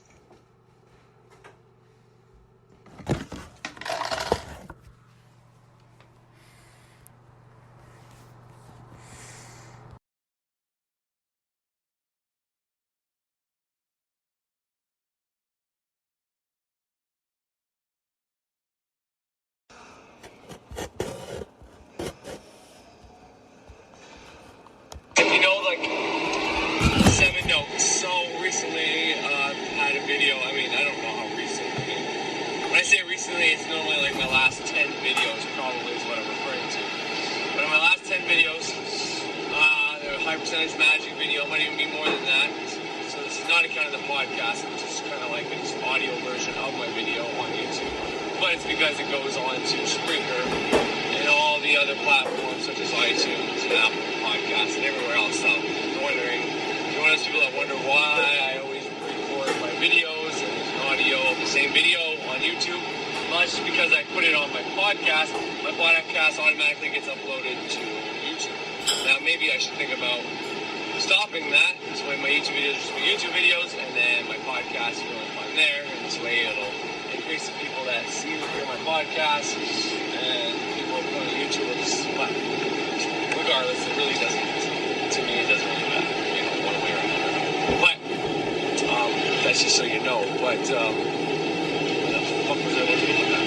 Oh yeah, so recently enough I made a video and I was using high percentage magic to teach. And what I mean by that is he made a video on all the self-fulfillment, I can't say that word, but those special herbs that, use New Age, if you want to call it that, but spirituality in general.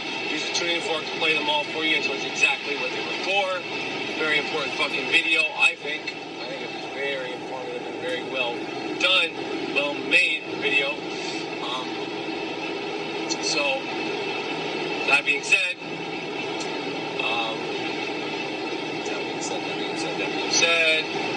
oh yeah, so he talks about do, re, mi, fa, sol, la, ti, do, but there's not two do's. One was actually something to that effect was this first sound.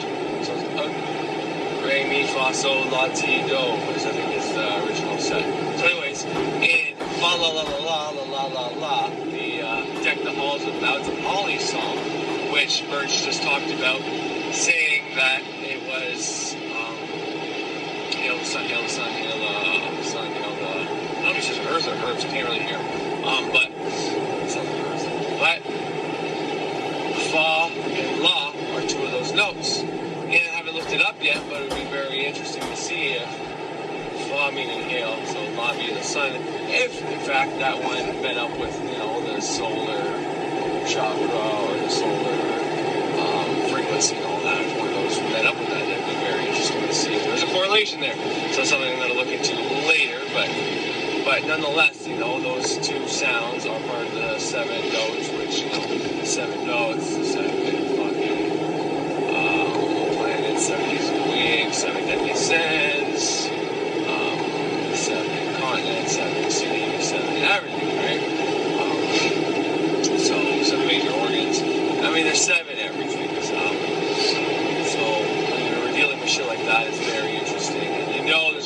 massive up-so-below correlations. So that's why I say that out loud. I mean, it may not be the one I'm talking about, but you're going to find something interesting if you go down those paths. I mean, I already know that, so I'm not going to beat that to death. But what I want to point out there is not that, you know, the people that were conquered, whether it's the Jews, the bards, or those insane, were conquered, yet we're singing their songs. It's not like I said in the beginning, my point of this is not to say that I'm not going to restate what I already stated, which is the Bible teaches you witchcraft, which I believe it does. I believe it not necessarily teaches you witchcraft, but it's older stories in the Bible. And my point of this is not to be like that Christians stole from us, which, you know, they did. But my point is to say that whether or not it's stolen information or it's not stolen information is irrelevant. It's an updated version of really old stories. You know, and even the stories in the Bible are fucking old, right? They're fucking old, man. It's to the point where they don't make sense. But they're newer than the old stories. Now, the way I like to look at it, if I want to take set apart my programming and my belief systems, look at this objectively, okay? If I was somebody who didn't give a shit about Christianity, you know, not coming from a background where I was Christian for a while, and then I was against Christianity because I found out about all the things they did, and then, you know, finding this, let's say what I'm doing now is my real spirituality, okay? Well, let's just say, so first I'm Christian, now I'm against Christianity, right? So there's polarity right there, which is kind of why I say you gotta find your spirituality from opening your bottom chakra and all that shit that I like to say often. This is part of that, you know, you go from one polarity to the next, you explore both sides of that polarity, and then from there you hopefully get in the middle, and once you're in the middle, then you can open up those middle channels, those energy centers, chakras, whatever you want to call them. And that's kind of the point. But, you know, I put all that aside, let's look at this subjectively, is when the people wrote the Bible, before they wrote the Bible, when these stories were older stories, whether, you know, they took all these stories and after they conquered the lands and they said, okay, we're going to take all these old stories, but we're going to put them in our words, and this is the religion we're going to make, whatever the case was, who knows, okay? But you can look at it, I like to think that it's more like, I mean, someone later on came along and said, okay, we're going to turn this into dogma, a doctrine, and adopt it and get people to believe in the not the message, but believe in, you know, the man in here, and we're going to make it fit our purposes. But before that happened, it was simply them re-recording the old information down in this book in their newer way of perceiving things. It's like maybe when the old stories were out, they meant one thing and they were teaching you by story, by symbolism, you know, like we do with movies basically. Most people don't even know that the movies they're watching are like echoes of these old stories, like Egyptian mythologies and all these other old mythologies, basically astrology, you know, where the sun is exalted and where the planets are exalted. Well, those are the movies we're watching. But people don't know that because they just see the pictures, and it speaks to them on a level that they don't care, they don't need to know that. But if you really look at it, you can see how it relates to astrology, and, you know, some of these stories are even in the Bible and whatnot. So, but like I said before, when the corpus callosum wasn't created yet, if someone heard a voice, it was the voice of God. So these stories were written in such ways of the gods, very probably maybe even more primitive than they are now. What we have in the Bible is an updated version. Now, this is putting aside the fact that it's been used to, whatever, enslave us, make us fucking feel like victims and pieces of shit and all that, okay? That's besides what I'm trying to get at. I'm trying to say that they were rewritten due to the fact that, you know, it was very old and potentially primitive, and they had a better understanding of the things. Kind of like now, when you take a Bible story and you can put your own spin on it and say, okay, well, this is what was really going on. Like when Bert says, Jesus, you know, I'll give you a shout out even though your people really pissed me off. It's the zealots of your religion that really pissed me off. Anybody that came over and, you know, twisted your message to do good miracles, and instead of asking God to perform magic for you, perform your own magic, you know. This is his interpretation of the Jesus story, the Jesus mythos. And he's trying to prove a point by it. And, you know, he doesn't even, I don't know, probably read some of the Bible or whatever. You know, most people that want to do a good critique of the Bible.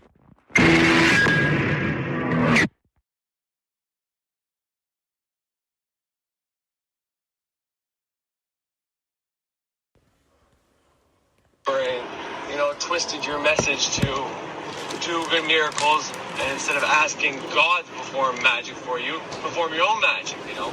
This is his interpretation of the Jesus story, of the Jesus mythos. And he's trying to prove a point by it, and, you know, he doesn't even, I don't know, he probably read some of the Bible or whatever. You know, most people that want to do a good critique of the Bible read the Bible so they know what's going on. But you know what I mean? So reading the Bible as a witch, he can take that story and come up with, okay, well, this is probably what I think it meant, but, you know, they twisted it into this bullshit. That's what I mean. That's what they may have did with the Bible initially. And obviously someone came along and fucked it all up for everybody else. But the point of that is I think that's what the Bible stories are. That's what I try to think about it when I'm at least thinking about it objectively. Is simply that, you know, the Bible stories were older stories initially, and then, you know, if I want to pretend like there's no corruption and, you know, the world isn't as corrupt as we like to give it credit for and all that, which it probably is, and it probably was just always created just to fucking enslave us and all that. But if I want to pretend like that's not real, then this is the fucking justification. This is what I use. This is kind of what I think about. Is that they were retranslating it in the way that more people could understand it in a better way. Because people, when they first started maybe having these stories, maybe they were oral traditions. Maybe a lot of people couldn't read and write. That was only for richer classes. We know that. We know that in history it was, you know, a privilege, and a very high privilege at that, to be able to read and write. So to have these stories written down way back when, I mean, seems unlikely, and if it was only for kings, and it would have been different languages. So, you know, and obviously it wasn't the first translations of the Bible, definitely weren't in English and all that. I think those were fucking translation. But I think whenever it comes to divinely inspired works, I think when you're translating it, even if you have a bad intention, I think there's a certain amount of that that's going to be inspired correctly, and people are going to get the message, even if you have bad intentions. And you can see that. I mean, I watch people, and whenever they're talking about something, they say, oh, okay, they're mad at this, their program is coming out, but you can still hear the truth in their voice, even though they're trying hard to make you fucking see it the way they want you to see it. Anyways, that's besides the point. So, what the main focus of what I'm trying to say here is, if you are a magical practitioner, and like me, you know, the last few years, I felt it's not bad about celebrating Christmas, but it was like, man, Christmas is this fucking thing from this religion that, you know, I'm kind of against now, that I didn't really understand even when I was for it. And I mean, it's all about money and gifts and all this and blah, blah, blah, blah, blah, blah, blah. So it wasn't that I was not having fun celebrating and seeing my family and, you know, enjoying the days off while I was working and all that, because all that, you know, I did. But there was a part of me that felt like, I don't know, I guess a hypocrite and all that. You know, I've watched all these videos by Burks. I've seen them all. But it wasn't until yesterday night to be exact, after work, driving along, got my daughter in the back seat, you know, she was pretty tired, so on the drive, we were pretty positive the drive was going to knock her out, which it did. We forgot her bottle, something she likes to go to sleep with, juice, which is terrible for her teeth, so we try to avoid it. So we forgot her bottle, whether it was intentional or not intentional, but she wanted it. As soon as we pulled the driveway, she falls asleep to get her bottle. And we still drove around for another 10 minutes just to make sure she was really out. And I brought her home, and I brought her up to bed and all that.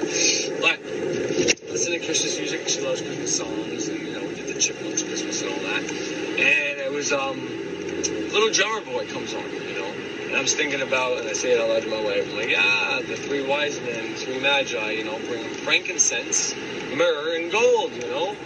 And say what you want about gold, but it's pretty, it's one of the best conductors for electricity, and it's one of the, anyways. To me, those are all very spiritual, magical fucking things to give somebody, especially the frankincense and the myrrh. And there might have been something else that was given. I don't know, frankincense and myrrh were two things, or one, you know, like there's some incense for you, there's two kinds, here's some gold, and here's something else. But the point is, that's what I was thinking about at the time. Then all of a sudden, this idea in my head came to me that Well, Christmas is about kids. It's more about the kids. We have this Santa Claus guy, which is a jolly guy, you know, jolly time of year. It's kind of this aspect of Jupiter.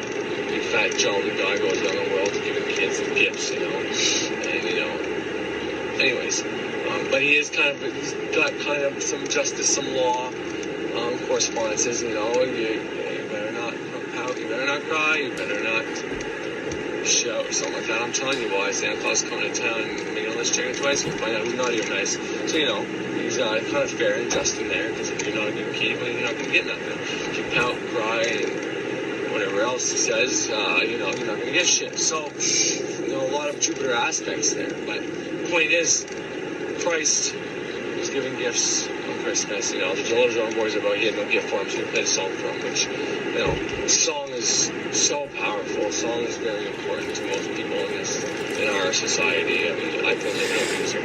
But what came to me, what I was thinking about was, well, why do we have this lie, or why do we have this story about Santa Claus that, you know, we give our kids every year, and, you know, if you have the money, you go almost broke trying to make a good Christmas for your children. I know that's what I do, which is fucking silly, but it's something we do every year. It's something I wouldn't dream of not doing. And then, you know, even, this is not what I was thinking about at the time, but, you know, just to prove my point, there's a witch, hardcore witch, who, you know, you listen to his stuff, and he's always against the right-hand fucking Christian fucking politicians, and does not believe this is a Christian country, but he says he's celebrating Christmas. And, you know, his justifications make sense, you know.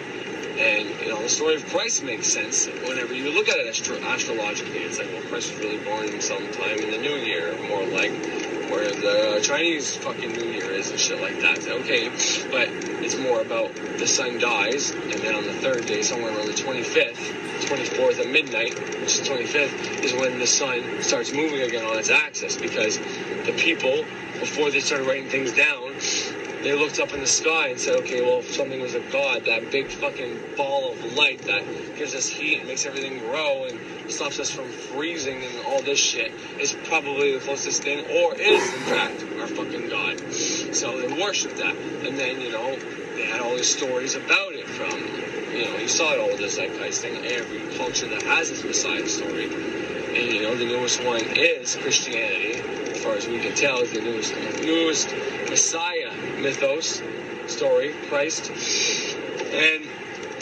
so, where was I going with that?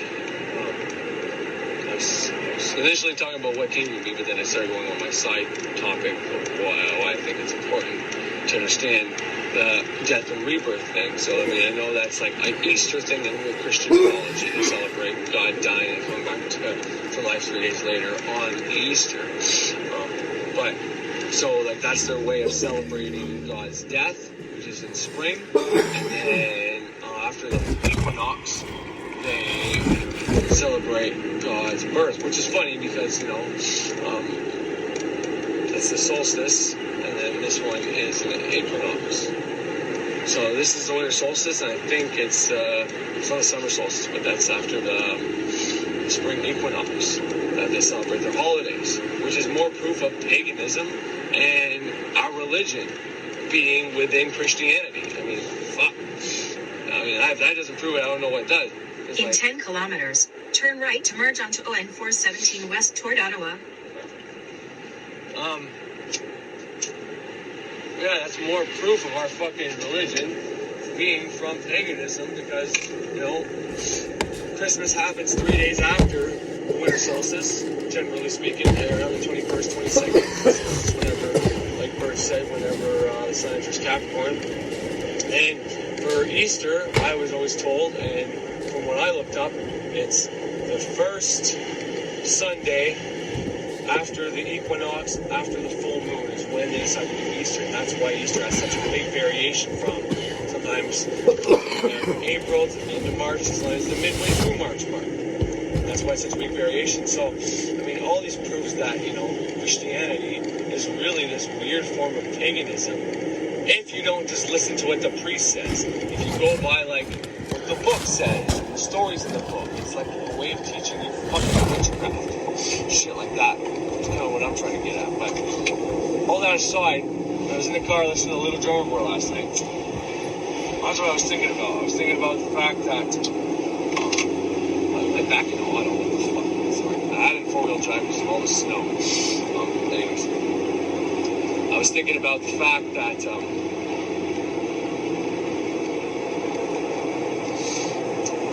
that's what I was thinking about. I should text my boss or not because the snow's slowing me down. I'm not driving slow, but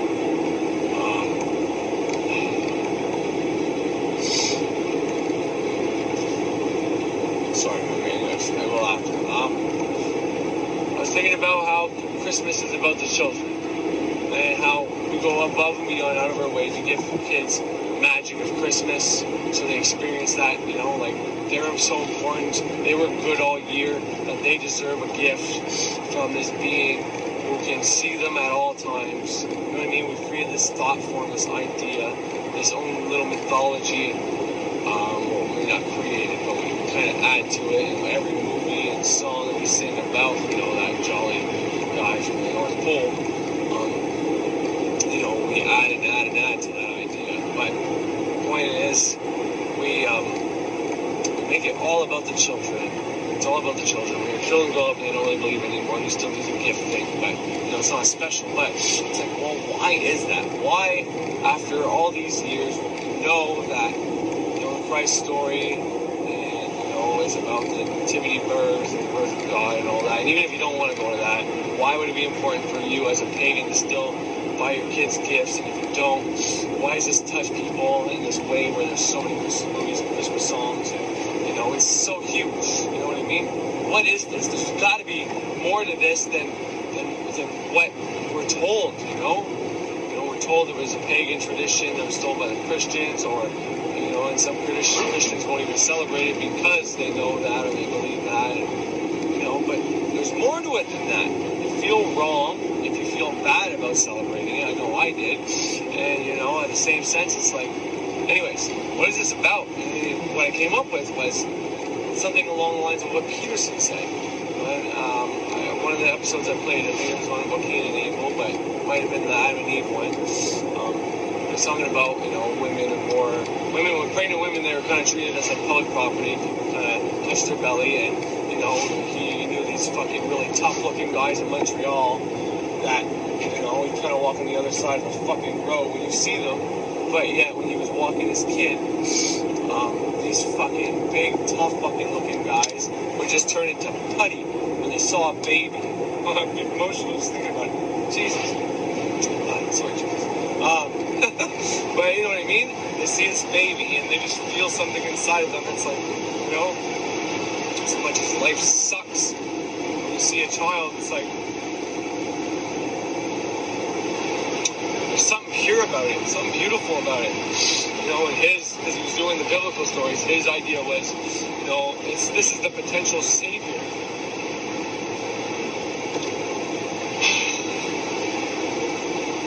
That can save mankind. You know, I see that in all my kids. Every time I'm out of it.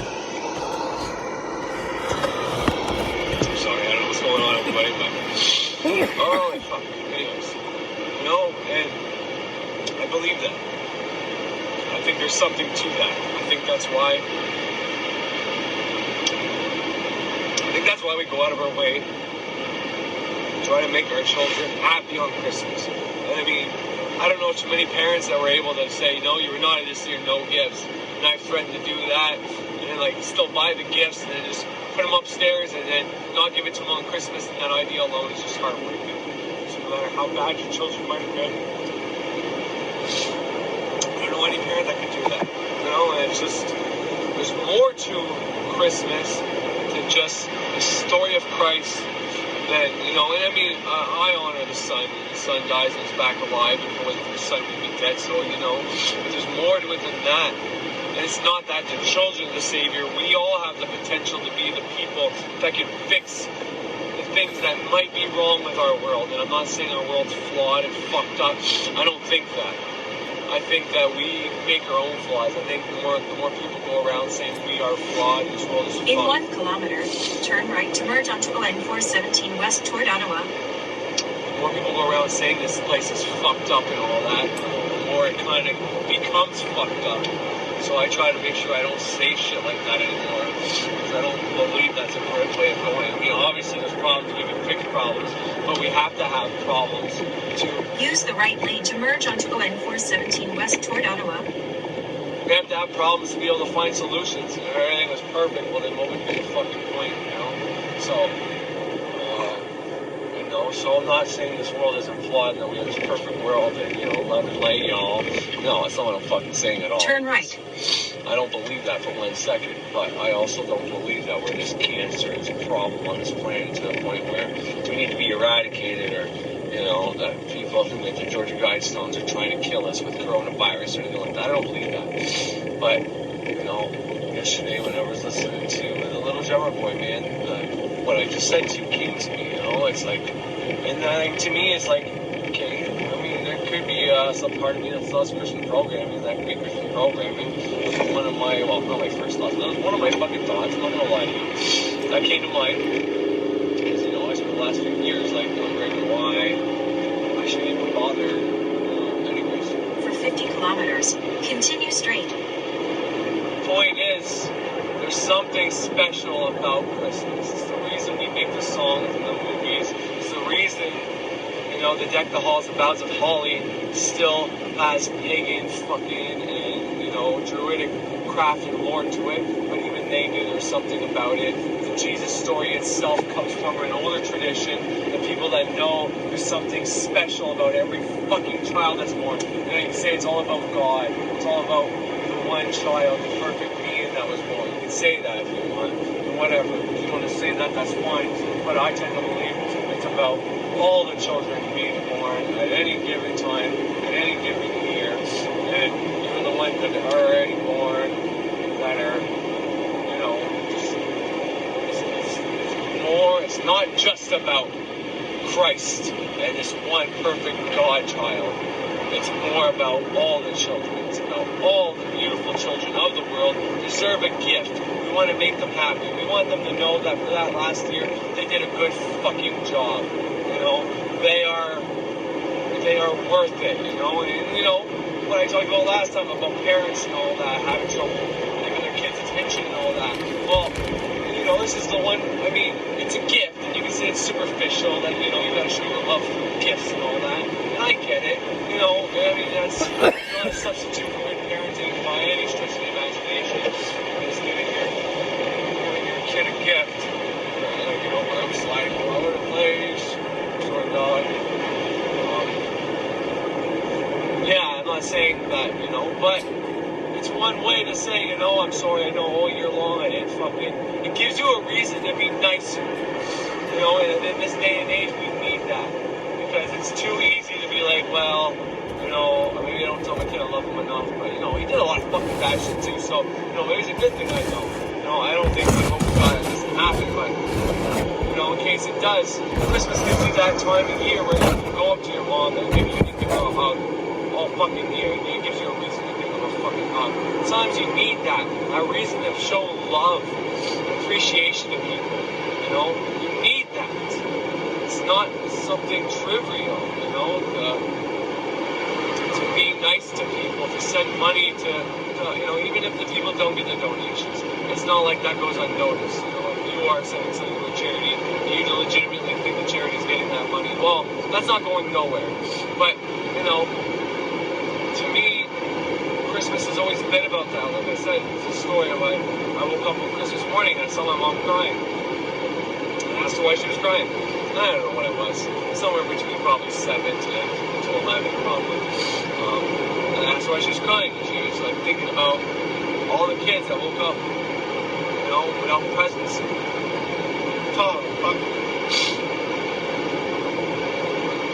If they believed in Santa Claus, thought, why the fuck was I bad, you know? And that may have made them worse, you know? Oh, it's not what she said, but that's what I'm adding to it. But you know what I mean? Oh, they all woke up without gifts. You know, my parents are drug addicts. Maybe they just couldn't afford it. They tried hard. Maybe they got robbed before Christmas. You know, those evil acts that people create, not anything else, people create, you know? That's what she was crying about, you know? You know, what happens if a kid does believe in Santa Claus? Santa Claus doesn't come and people people want. Because there are problems about lying to our children. I just highlighted that. I get that. It's heartbreaking to a child when they, you know, anyways. But there's also some very important aspects to it. So I'm not saying this is a perfect system, but it's the one we've got, and to shit on it and to not celebrate it is probably just as bad, if not worse. Is it better for a kid to have 7 to 10 years of magic, or hopefully 12 or 13? Probably not. But is it better for a kid to have 10 years of magic, or no years of magic at all? No belief that there's some being up there. Because, you know, they don't understand God right away. And God's not painted that. God doesn't give you gifts, you know? And rightfully so, right? So imagine if they were to take Santa Claus and say, okay, well, we're not going to use Santa Claus. And maybe they did this. Who knows? Maybe that's why it got changed. But imagine if Santa Claus went around giving kids gifts for Christmas. You know, it would be great for Christianity for those first 7 to 10 years that kids believed. Bobcat, they'd be going to church all the time. They wanted those gifts at Christmas. But then the church is putting their faith in the parents to not have drug problems and not have gambling problems and not have just bills in general, and, you know, be able to give these kids a good Christmas because they're representing God after all. So, and then what happens whenever they find out that Santa Claus isn't, or that God really isn't the force? He's still a God, guys, but, you know, it's your parents the whole time bringing gifts, God was going through them. I mean, maybe they played it out that way, but then they might, you know, shattering their belief in, you know, that other being versus God, it would be, you know, because then they Christianity that don't survive. You know, the first generations of kids have figured that out. You know, that it might be, well, fuck this shit. They lied to us about that. Why wouldn't they lie to us about anything else? You know, so that's probably why they put it on this other being that they created that has a lot of God-like characteristics. But anyways, I'm way off what I was supposed to be talking about. I'm glad though I'm talking because these roads are pretty slippery. And, you know, otherwise I'd be fucking anxious about being late for work. But I mean, I can't go any faster, else I'm the rest of my fucking life. So it is as it is. I mean, it's not that bad, especially where I am now. It's like 3 days now. But anyway, so there's something more to it, as you can tell. I mean, I'm not going to pretend my emotional fucking responses are some divine act.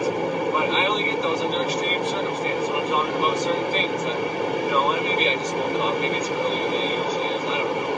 But something special about making kids feel special on this time of year. You know, there's something to God is within all of us. And I'm not talking about the Christian way, I'm talking about the way that we are all a piece of God. So even the adults that go out of their way to make their kids have a great Christmas and go road for it. You know, as long as they don't focus too much on their problems and how the fuck are they going to bounce back in the new year and all that shit. I mean, they're still going to get good karma from treating these potential saviors, giving them hope for another fucking year. Especially in this day and age when things are so fucking bleak and dark. Giving everybody a little bit of light, a little bit of hope, a little bit of love is more important than ever. So, besides all the extra points that Birch talked about, that's what I'm saying about Christmas. I'm saying that, yeah, the Christ story is about God becoming incarnated as a human being. You know, before that, I guess we have prophets and all that. We didn't necessarily have God as a being. And, you know, Jesus came down and opened up the purgatory, opened up the gates of heaven because no one could go there before that. Because God was still mad at the original sin, I guess, when he was starting to get over it. And Jesus, you know, by doing the sacrifice and all that, opens the gates of heaven. I'm not even touching that shit. I'm touching the fact that there's a piece of God in all of us. From the time you're born to whatever age you are now, you're always going to be a piece of our Creator. Okay? And I'm not spinning this in a Christian, I'm spinning this in a magical witch sense. For me anyways, this is fucking spirituality. There's a piece of God in all of us. And when we either we're the children receiving the gift, then we're more the savior role, or we're the magi bringing the gifts. Or maybe it's a year we can't really afford much, but, you know, our relatives and other people, you know, give us miracles of Christmas, or whatever you want to call it. We still manage to give our kids a good Christmas. You know, maybe that's when we're more of a Mary and Joseph, or we're the little drummer boy who sees a new life and wants to celebrate it, but said we don't have any money, so we're going to make a gift. You know, there's all these different archetypes within that fucking story, within that fucking song, that you can play out. No reason to be all bent out of shape. Be like, well, you know, I got no money, so fuck Christmas. I'm a witch anyways, I shouldn't be celebrating it. My kids, it's the best time to tell them, and, you know, fuck it, they're only fucking 5 years old, but I'll fucking tell them the harsh truth now. So, no! You know, I don't have a better way to say that than just what I just came out of me, okay? I don't know if it's a good or bad thing. I know it's heartbreaking to most children, but life is heartbreaking, so... And I think it's better to have a little bit of magic than no magic at all. Probably heartbroken right off the hop. You know, there's programs out there that if you're having hard times with money and other things, that you can still give your child a decent Christmas. You know, maybe you gotta set the standards to not be so high this year. And, you know, do what you gotta do, but you know, your children are pure. They're innocent, okay? And every year that goes by, they might start doing things that make them less innocent, but they're still way more innocent than you or I. So they are closer to God, the perfected being, the light, Christ, whatever the fuck you want to call it. They are little lights in this time of darkness, which is why I'm so against the mask wearing thing, because their little bodies need to heal and take in stuff, which is... I don't want to see anybody harm, but, you know, don't fucking, you do what you can do to make them have my grandmother, both my grandmothers, God bless all of them, God's blessing, all of them, my love, especially my grandma LeBlanc. I tell her story all the time, and that's the one I tell you everybody that was a witch and all that, very Christian as well. She went fucking broke every fucking year to give everybody a great Christmas. So my Christmas gets as soon as she could. Really wanted to know what you wanted, made it so special. Christmas Eve we went there, Christmas Day, this is a witch. But, you know, she was a Christian too, but she fucking went above and beyond. Christmas was huge for her. From baking in the kitchen, giving everybody, you know, what they wanted. Like, it was just phenomenal, you know. And it didn't matter if she had to take all loans or whatever she wanted. Christmas to be special for everybody. Never understood it until now.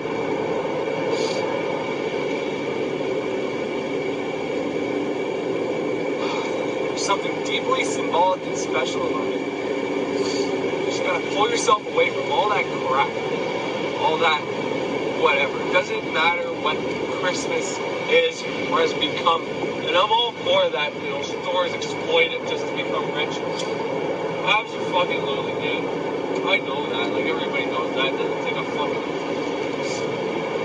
anybody smart to fucking realize that, okay? That, you know, shit's been blown up and added to and fucked up, twisted and everything else. I mean, I know that, everybody knows that. I can fucking save a ton of money on Christmas, all I fucking would, but, you know, just, you know, thinking about my grandmother doing this every year. Going on pure instinct, just, you know, doing something for other people is always the best form of magic. Best form of magic. You go out of your way, you give somebody a gift that you never really liked, you know, or just making your family feel special on that day, you know. It's just, it's the easiest form of magic there is. Instead of figuring out what you can get, just give. Give as much as you possibly can. You will get as much as you possibly can. It'll come back to you. And, you know, you have incoming karma and all that, so hopefully it doesn't take too long for you to see, so you don't think I'm bullshitting. But, you know, even if you try it and it doesn't happen right away, I'm so confident that, you know, even if it takes 6 months, I'm not saying it will, but it'll come back to you. You'll get it. There's no ifs, ands, or buts about it. You give, you get. You give out money, you get money. You give out love, you get love. You give out hate, you get hate. You dish out fucking revenge and you know, fucking hate, envy, jealousy. You know, you wish people suffer while getting all that back to you. It's just just simple fucking arithmetic and cause and effect, laws of our realm, Reaction has an opposite reaction. Meaning if you give, well, for the amount of shit you give, you get an equal and opposite reaction. So if you give, you get. Getting is the opposite of giving, right? So if you give a fuckload, well, you get a fuckload, which is equal but opposite. You understand? I mean, that's probably the best way I can put it. Just probably end the video there because I probably can't get anything better than that. But like I said, the roads are bad, so I'm going to keep my mind off of this. To smoke some about the light. I need a fucking drink of water. Hopefully I've been on camera this whole time. I know I'm kind of leaning forward. I drive like that whenever shit's a little sketchy, but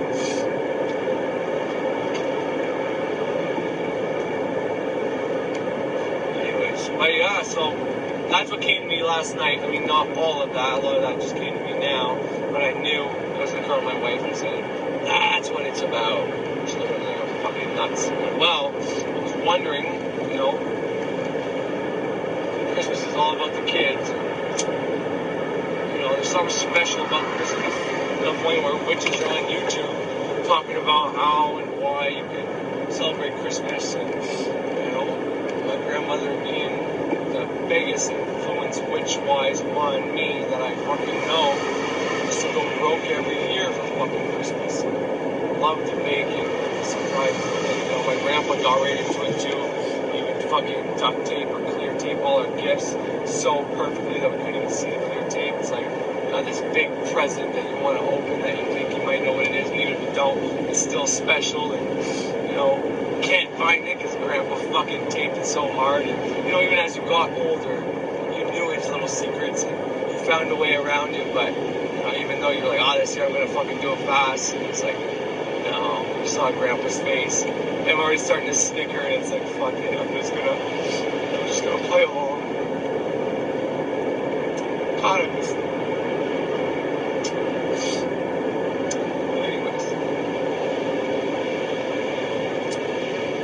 Children to yourself. You're all a part of God. Start treating ourselves like we are. Maybe that was the message of Christianity a long time ago. I don't know. But that's my fucking message. The reason you do a self-transformation, the reason you do these fucking secrets, the mysteries, my history, my story rather, instead of focusing on history, his story. The reason we do these fucking things is because we're fucking worth it. We're little fucking creators on the fucking micro level.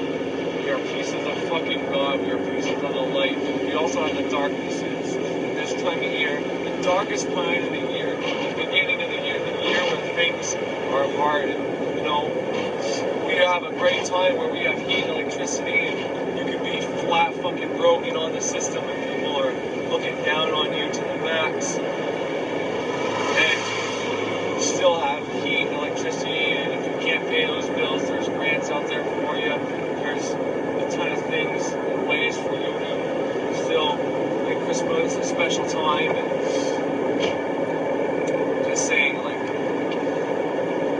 our ancestors, had to bring in fucking a big fucking log and set it on fire. And hopefully that was big enough and they didn't have to go back out, in the middle of the fucking year and cut down more fucking trees. And, they probably thought trees were sacred. They probably got shit with trees. So they probably didn't want to cut down as many trees as they had to, But in the same sense, they had to keep warm and then dry that bitch out, and that's the other part of it, right? It's like, well, why didn't they just cut down a bunch? It's like, well, it's a process to dry that shit out. That, I guess you could. That's more work. The more work you do, the more you gotta eat. If the food you have is the food you had to fucking grow a year because they didn't have grocery stores, well, you can see how every action has an equal and opposite reaction. Meaning if you work more to get more logs in your house, well, that means you're going to be fucking warmer, which means you'll be more comfortable, which means you might be more hungry. Because if you worked more, you might have gotten, you're going to get even more hungry.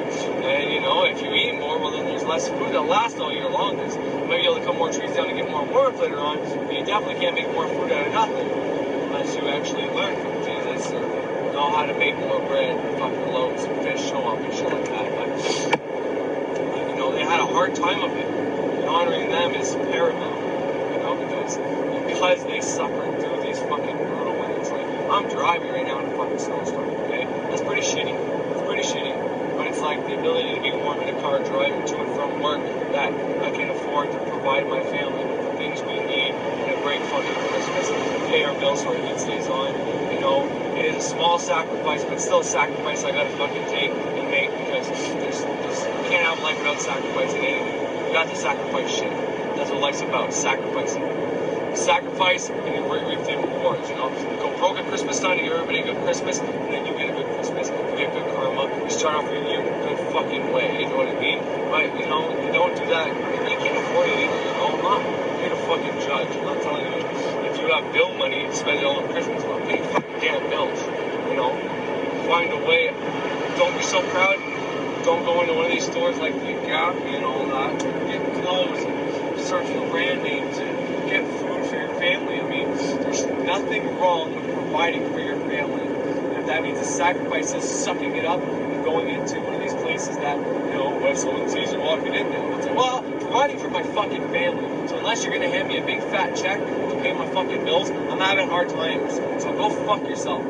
Fucking go talk about me behind that. I don't give a fuck. I'm proud knowing that I took initiative. I helped my fucking goddamn fucking family. And if you don't like it, you can suck my fucking mango. My candy cane. You know?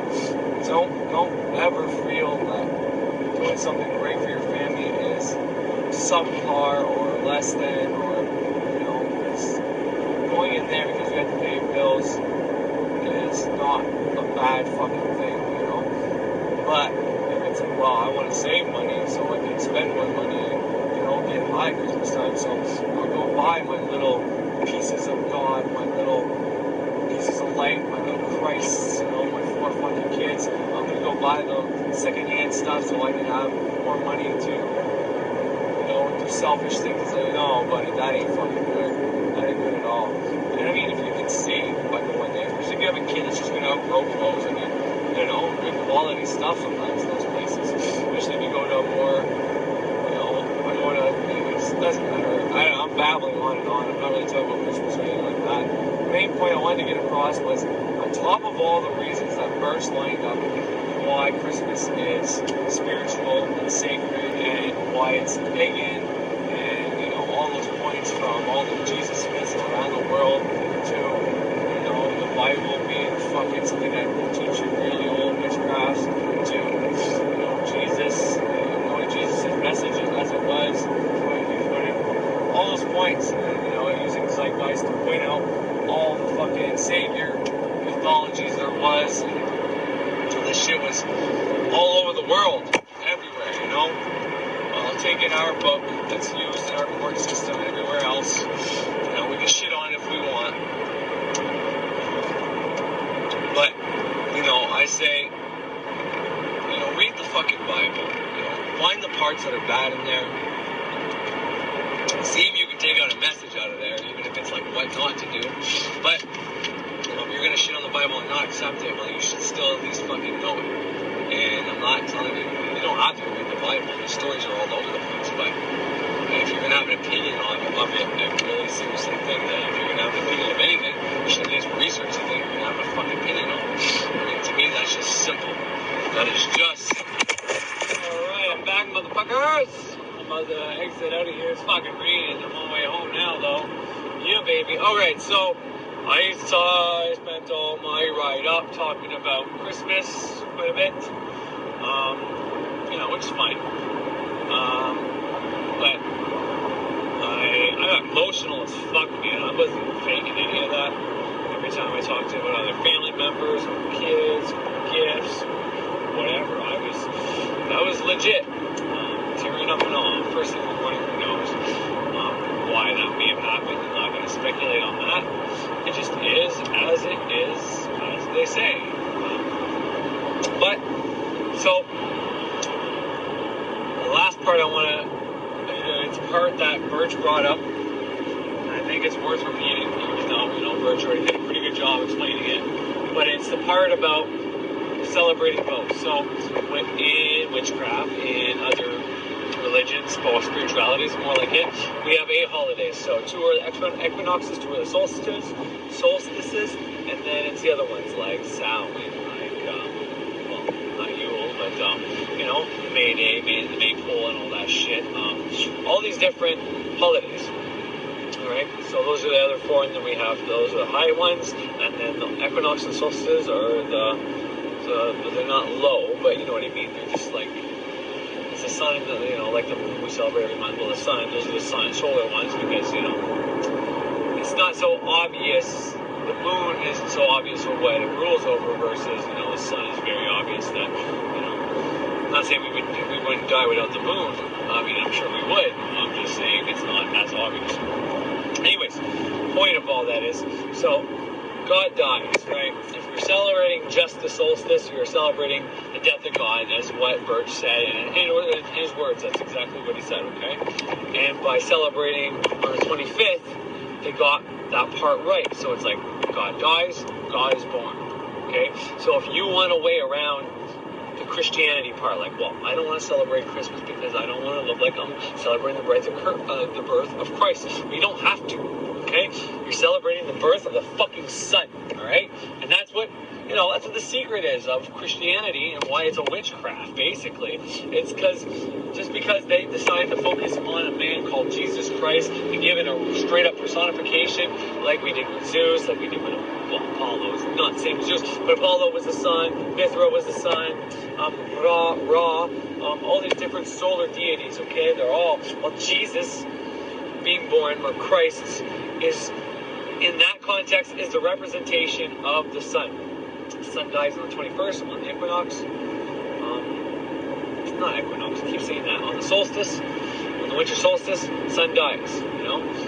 And that's the winter solstice, and then the summer solstice is whenever it's like in full bloom, right? That's in Leo, whatever the case is. It's the hottest. So you're celebrating its death. So the way to get around it is, I'm not celebrating the Son of God, or the Son, Jesus Christ. I'm celebrating the birth of the fucking Son. X-MAS, if you want. That's what Birch tells you to do, is call it X-MAS. He's not going to call it Christ this, because for him it's not about Christ. For him, he's going to partake in it because, you know, other kids can have gifts on Christmas, and it would be fair to just take me out and not have to pay for your kids' gifts on Christmas, and, you know, we can slowly change it into, it's the sun dies, and the sun comes back to life 3 days later. You know, and when, like I said, I think I said this previously, that gets celebrated on Easter around that equinox, which, you know, is like 3 months later, but nonetheless, that's because that's when it starts to get warmer, right? It's the first, it's after spring. The spring, I think, technically starts the 21st of March, so it's always after that point, Easter. Very seldomly is on that day, but depending on where the full moon lands, and anyways, I already explained all that, but so that's how they separated it, and it made it more, I'm not saying this is what they did on purpose, but this way it makes it more look like a real man, okay, than just being astrological, because to say the sun dies on the 21st, or the 22nd, and then on the 25th it's back alive, or the 21st and the 24th, right, Christmas, so we have Christmas Eve and Christmas Day, you know, it's a two-part holiday, New Year's Eve, New Year's Day. Well, the sun dies, the sun comes back to life, okay? Celebrated right then and there. And then, you know, around the equinox, Easter, you can hide your witch days in the Christian calendar, in the Christian holidays, because the Christian holidays are based on pagan fucking deities, okay? That's the best I can say it, and it's not for me. This is not me trying to say I want to keep Christian programming, so I'm just going to change all the Christian holidays to pagan holidays. It's like, no, I'm not doing that at all. In fact, that's not the point of what I'm trying to say. Like, I mean, it kind of is. The point of this is kind of to tell you that, you know, Christianity has adopted a lot of paganism, and if you slightly twist your perspective on that book and decide to make up your own doctrine and your own beliefs about it, you can technically, don't say you're a Christian, because you're not a Christian. If you're taking just the Christian holidays and still celebrating them, but celebrating technically a different deity or a different spiritual whatever event, then you're not a Christian. But you can still blend in with society and still feel okay about celebrating these holidays, but instead of doing it because someone else tells you to, or not doing it because you're opposed to them, like, I'm not going to celebrate that because I'm against Christianity, or, well, I don't want my family to hate me, so I'm going to celebrate it. I'm saying you don't do either one of those. You figure out why you want to celebrate that holiday, and you attach your own specific meaning to that fucking holiday. Alright? That's what I'm saying. And that's what you can say, oh, that's just a cop-out, all you want. But I've always been about personal responsibility, more so now than ever. But the first thing I say is I think everyone needs to carve their own spirituality. Alright? Until you are clear on exactly how you want your spirituality to be, then you need to go with the norm. So, you know, because technically you have a different religion and doesn't have holidays, well, then you're not going to get time off of work.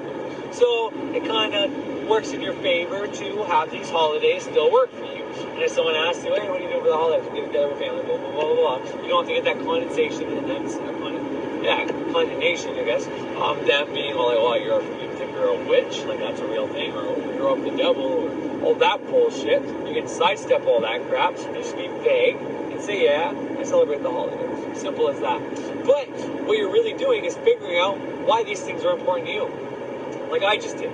So Christmas, celebration of Christmas, or Xmas rather, for me, is about celebrating the divine spark that's within us, that's within every human being.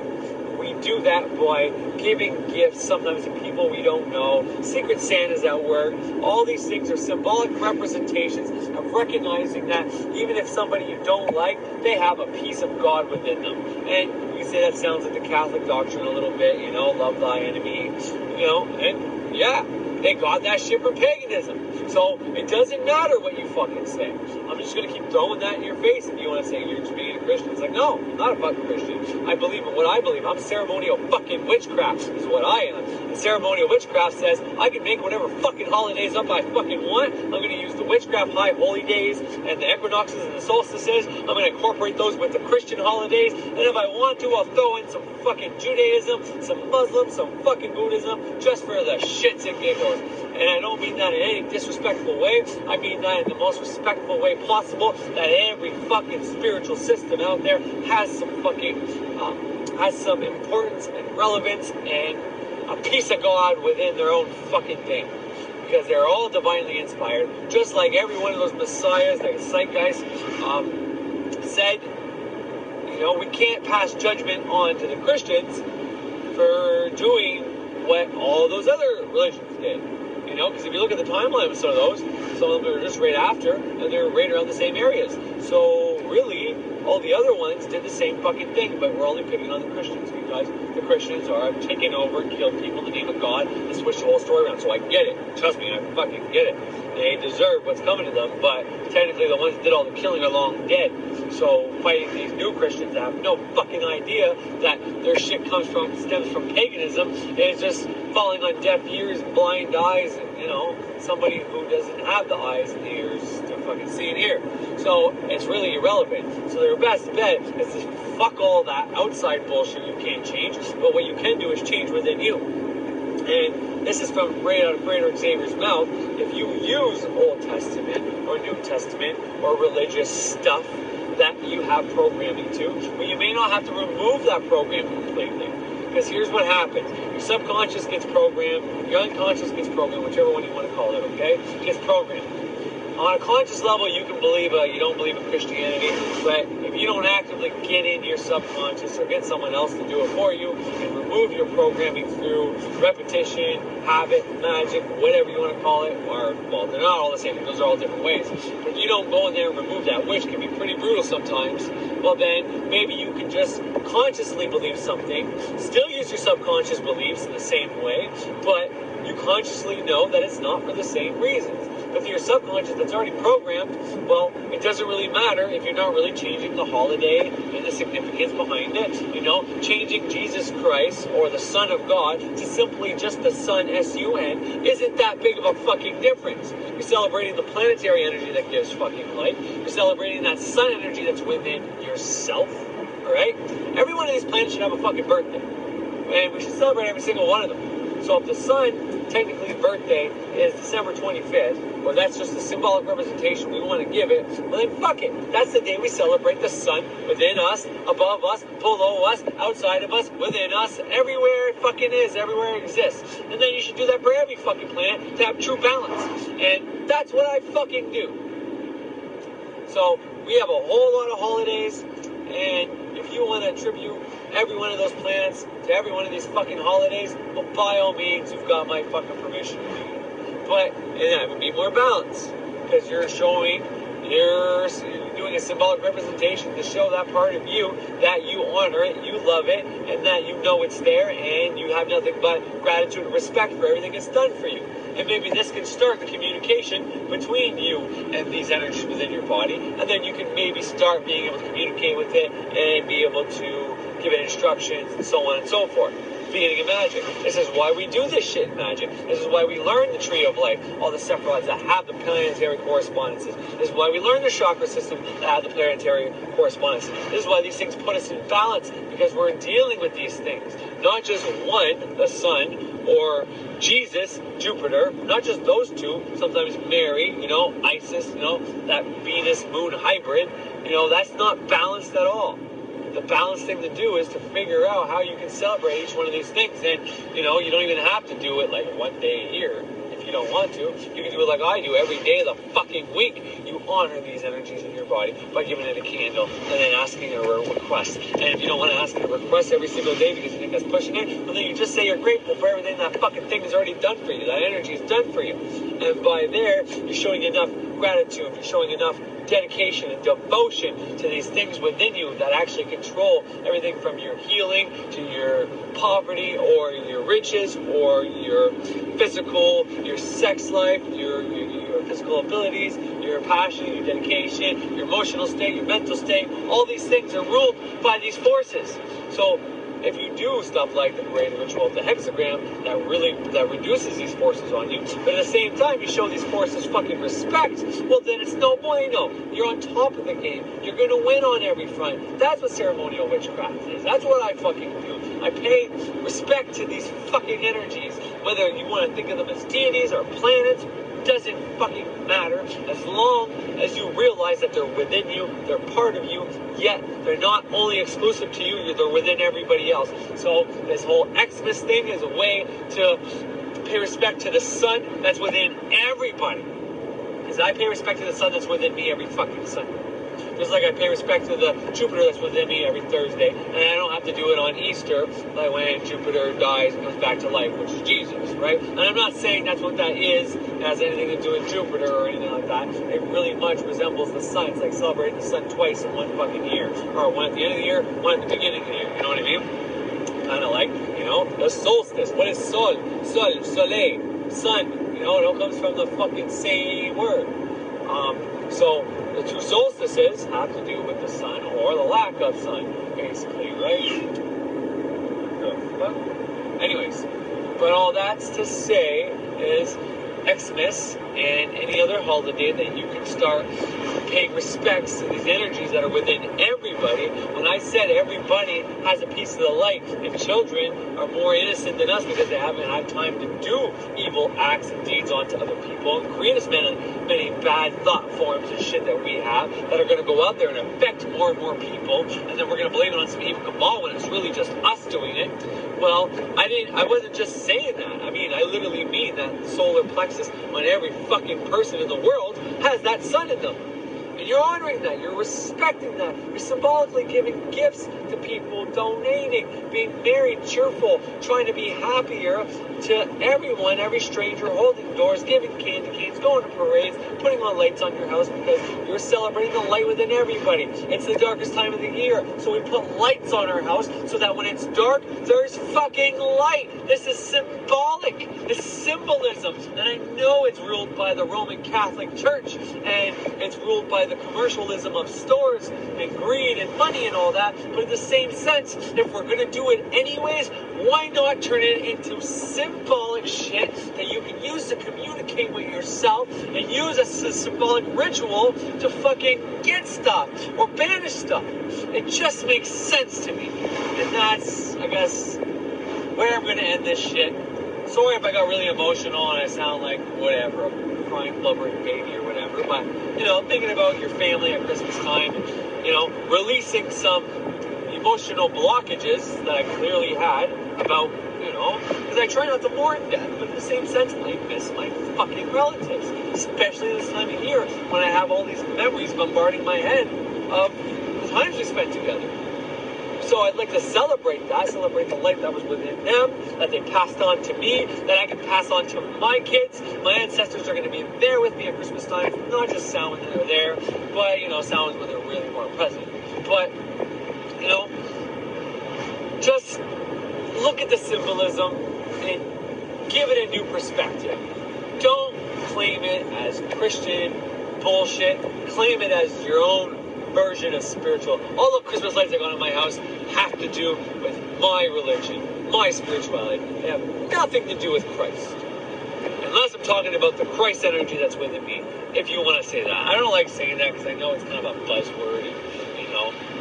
But it's ceremonial magic. A lot of the ceremonial magic comes down to trying to become that Christ level of mastery. It's a level of mastery. So technically I do, because I do ceremonial magic, so I kind of have to honor that word. So it's one of these things that kind of suited me well when I started it. And people can shit on it all they want. I don't give two flying fucks. I'm going to do what works for me.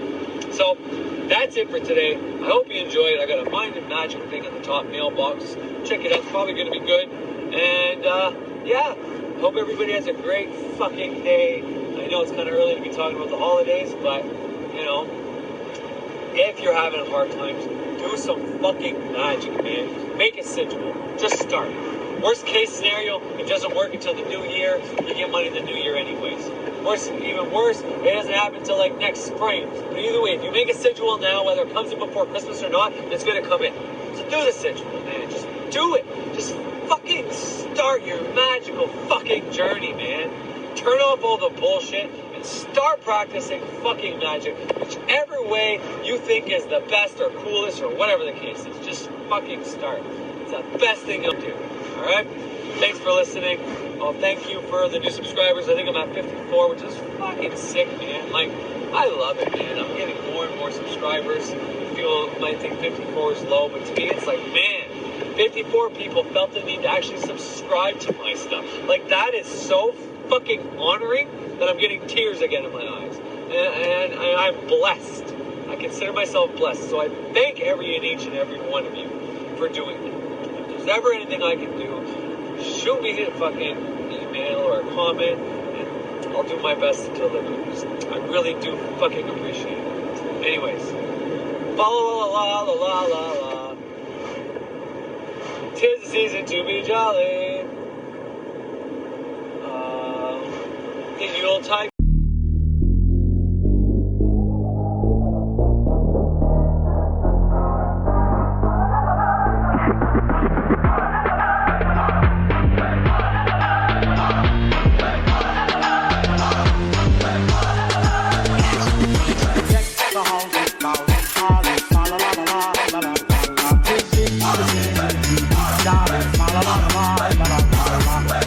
We now are here, la la la la la.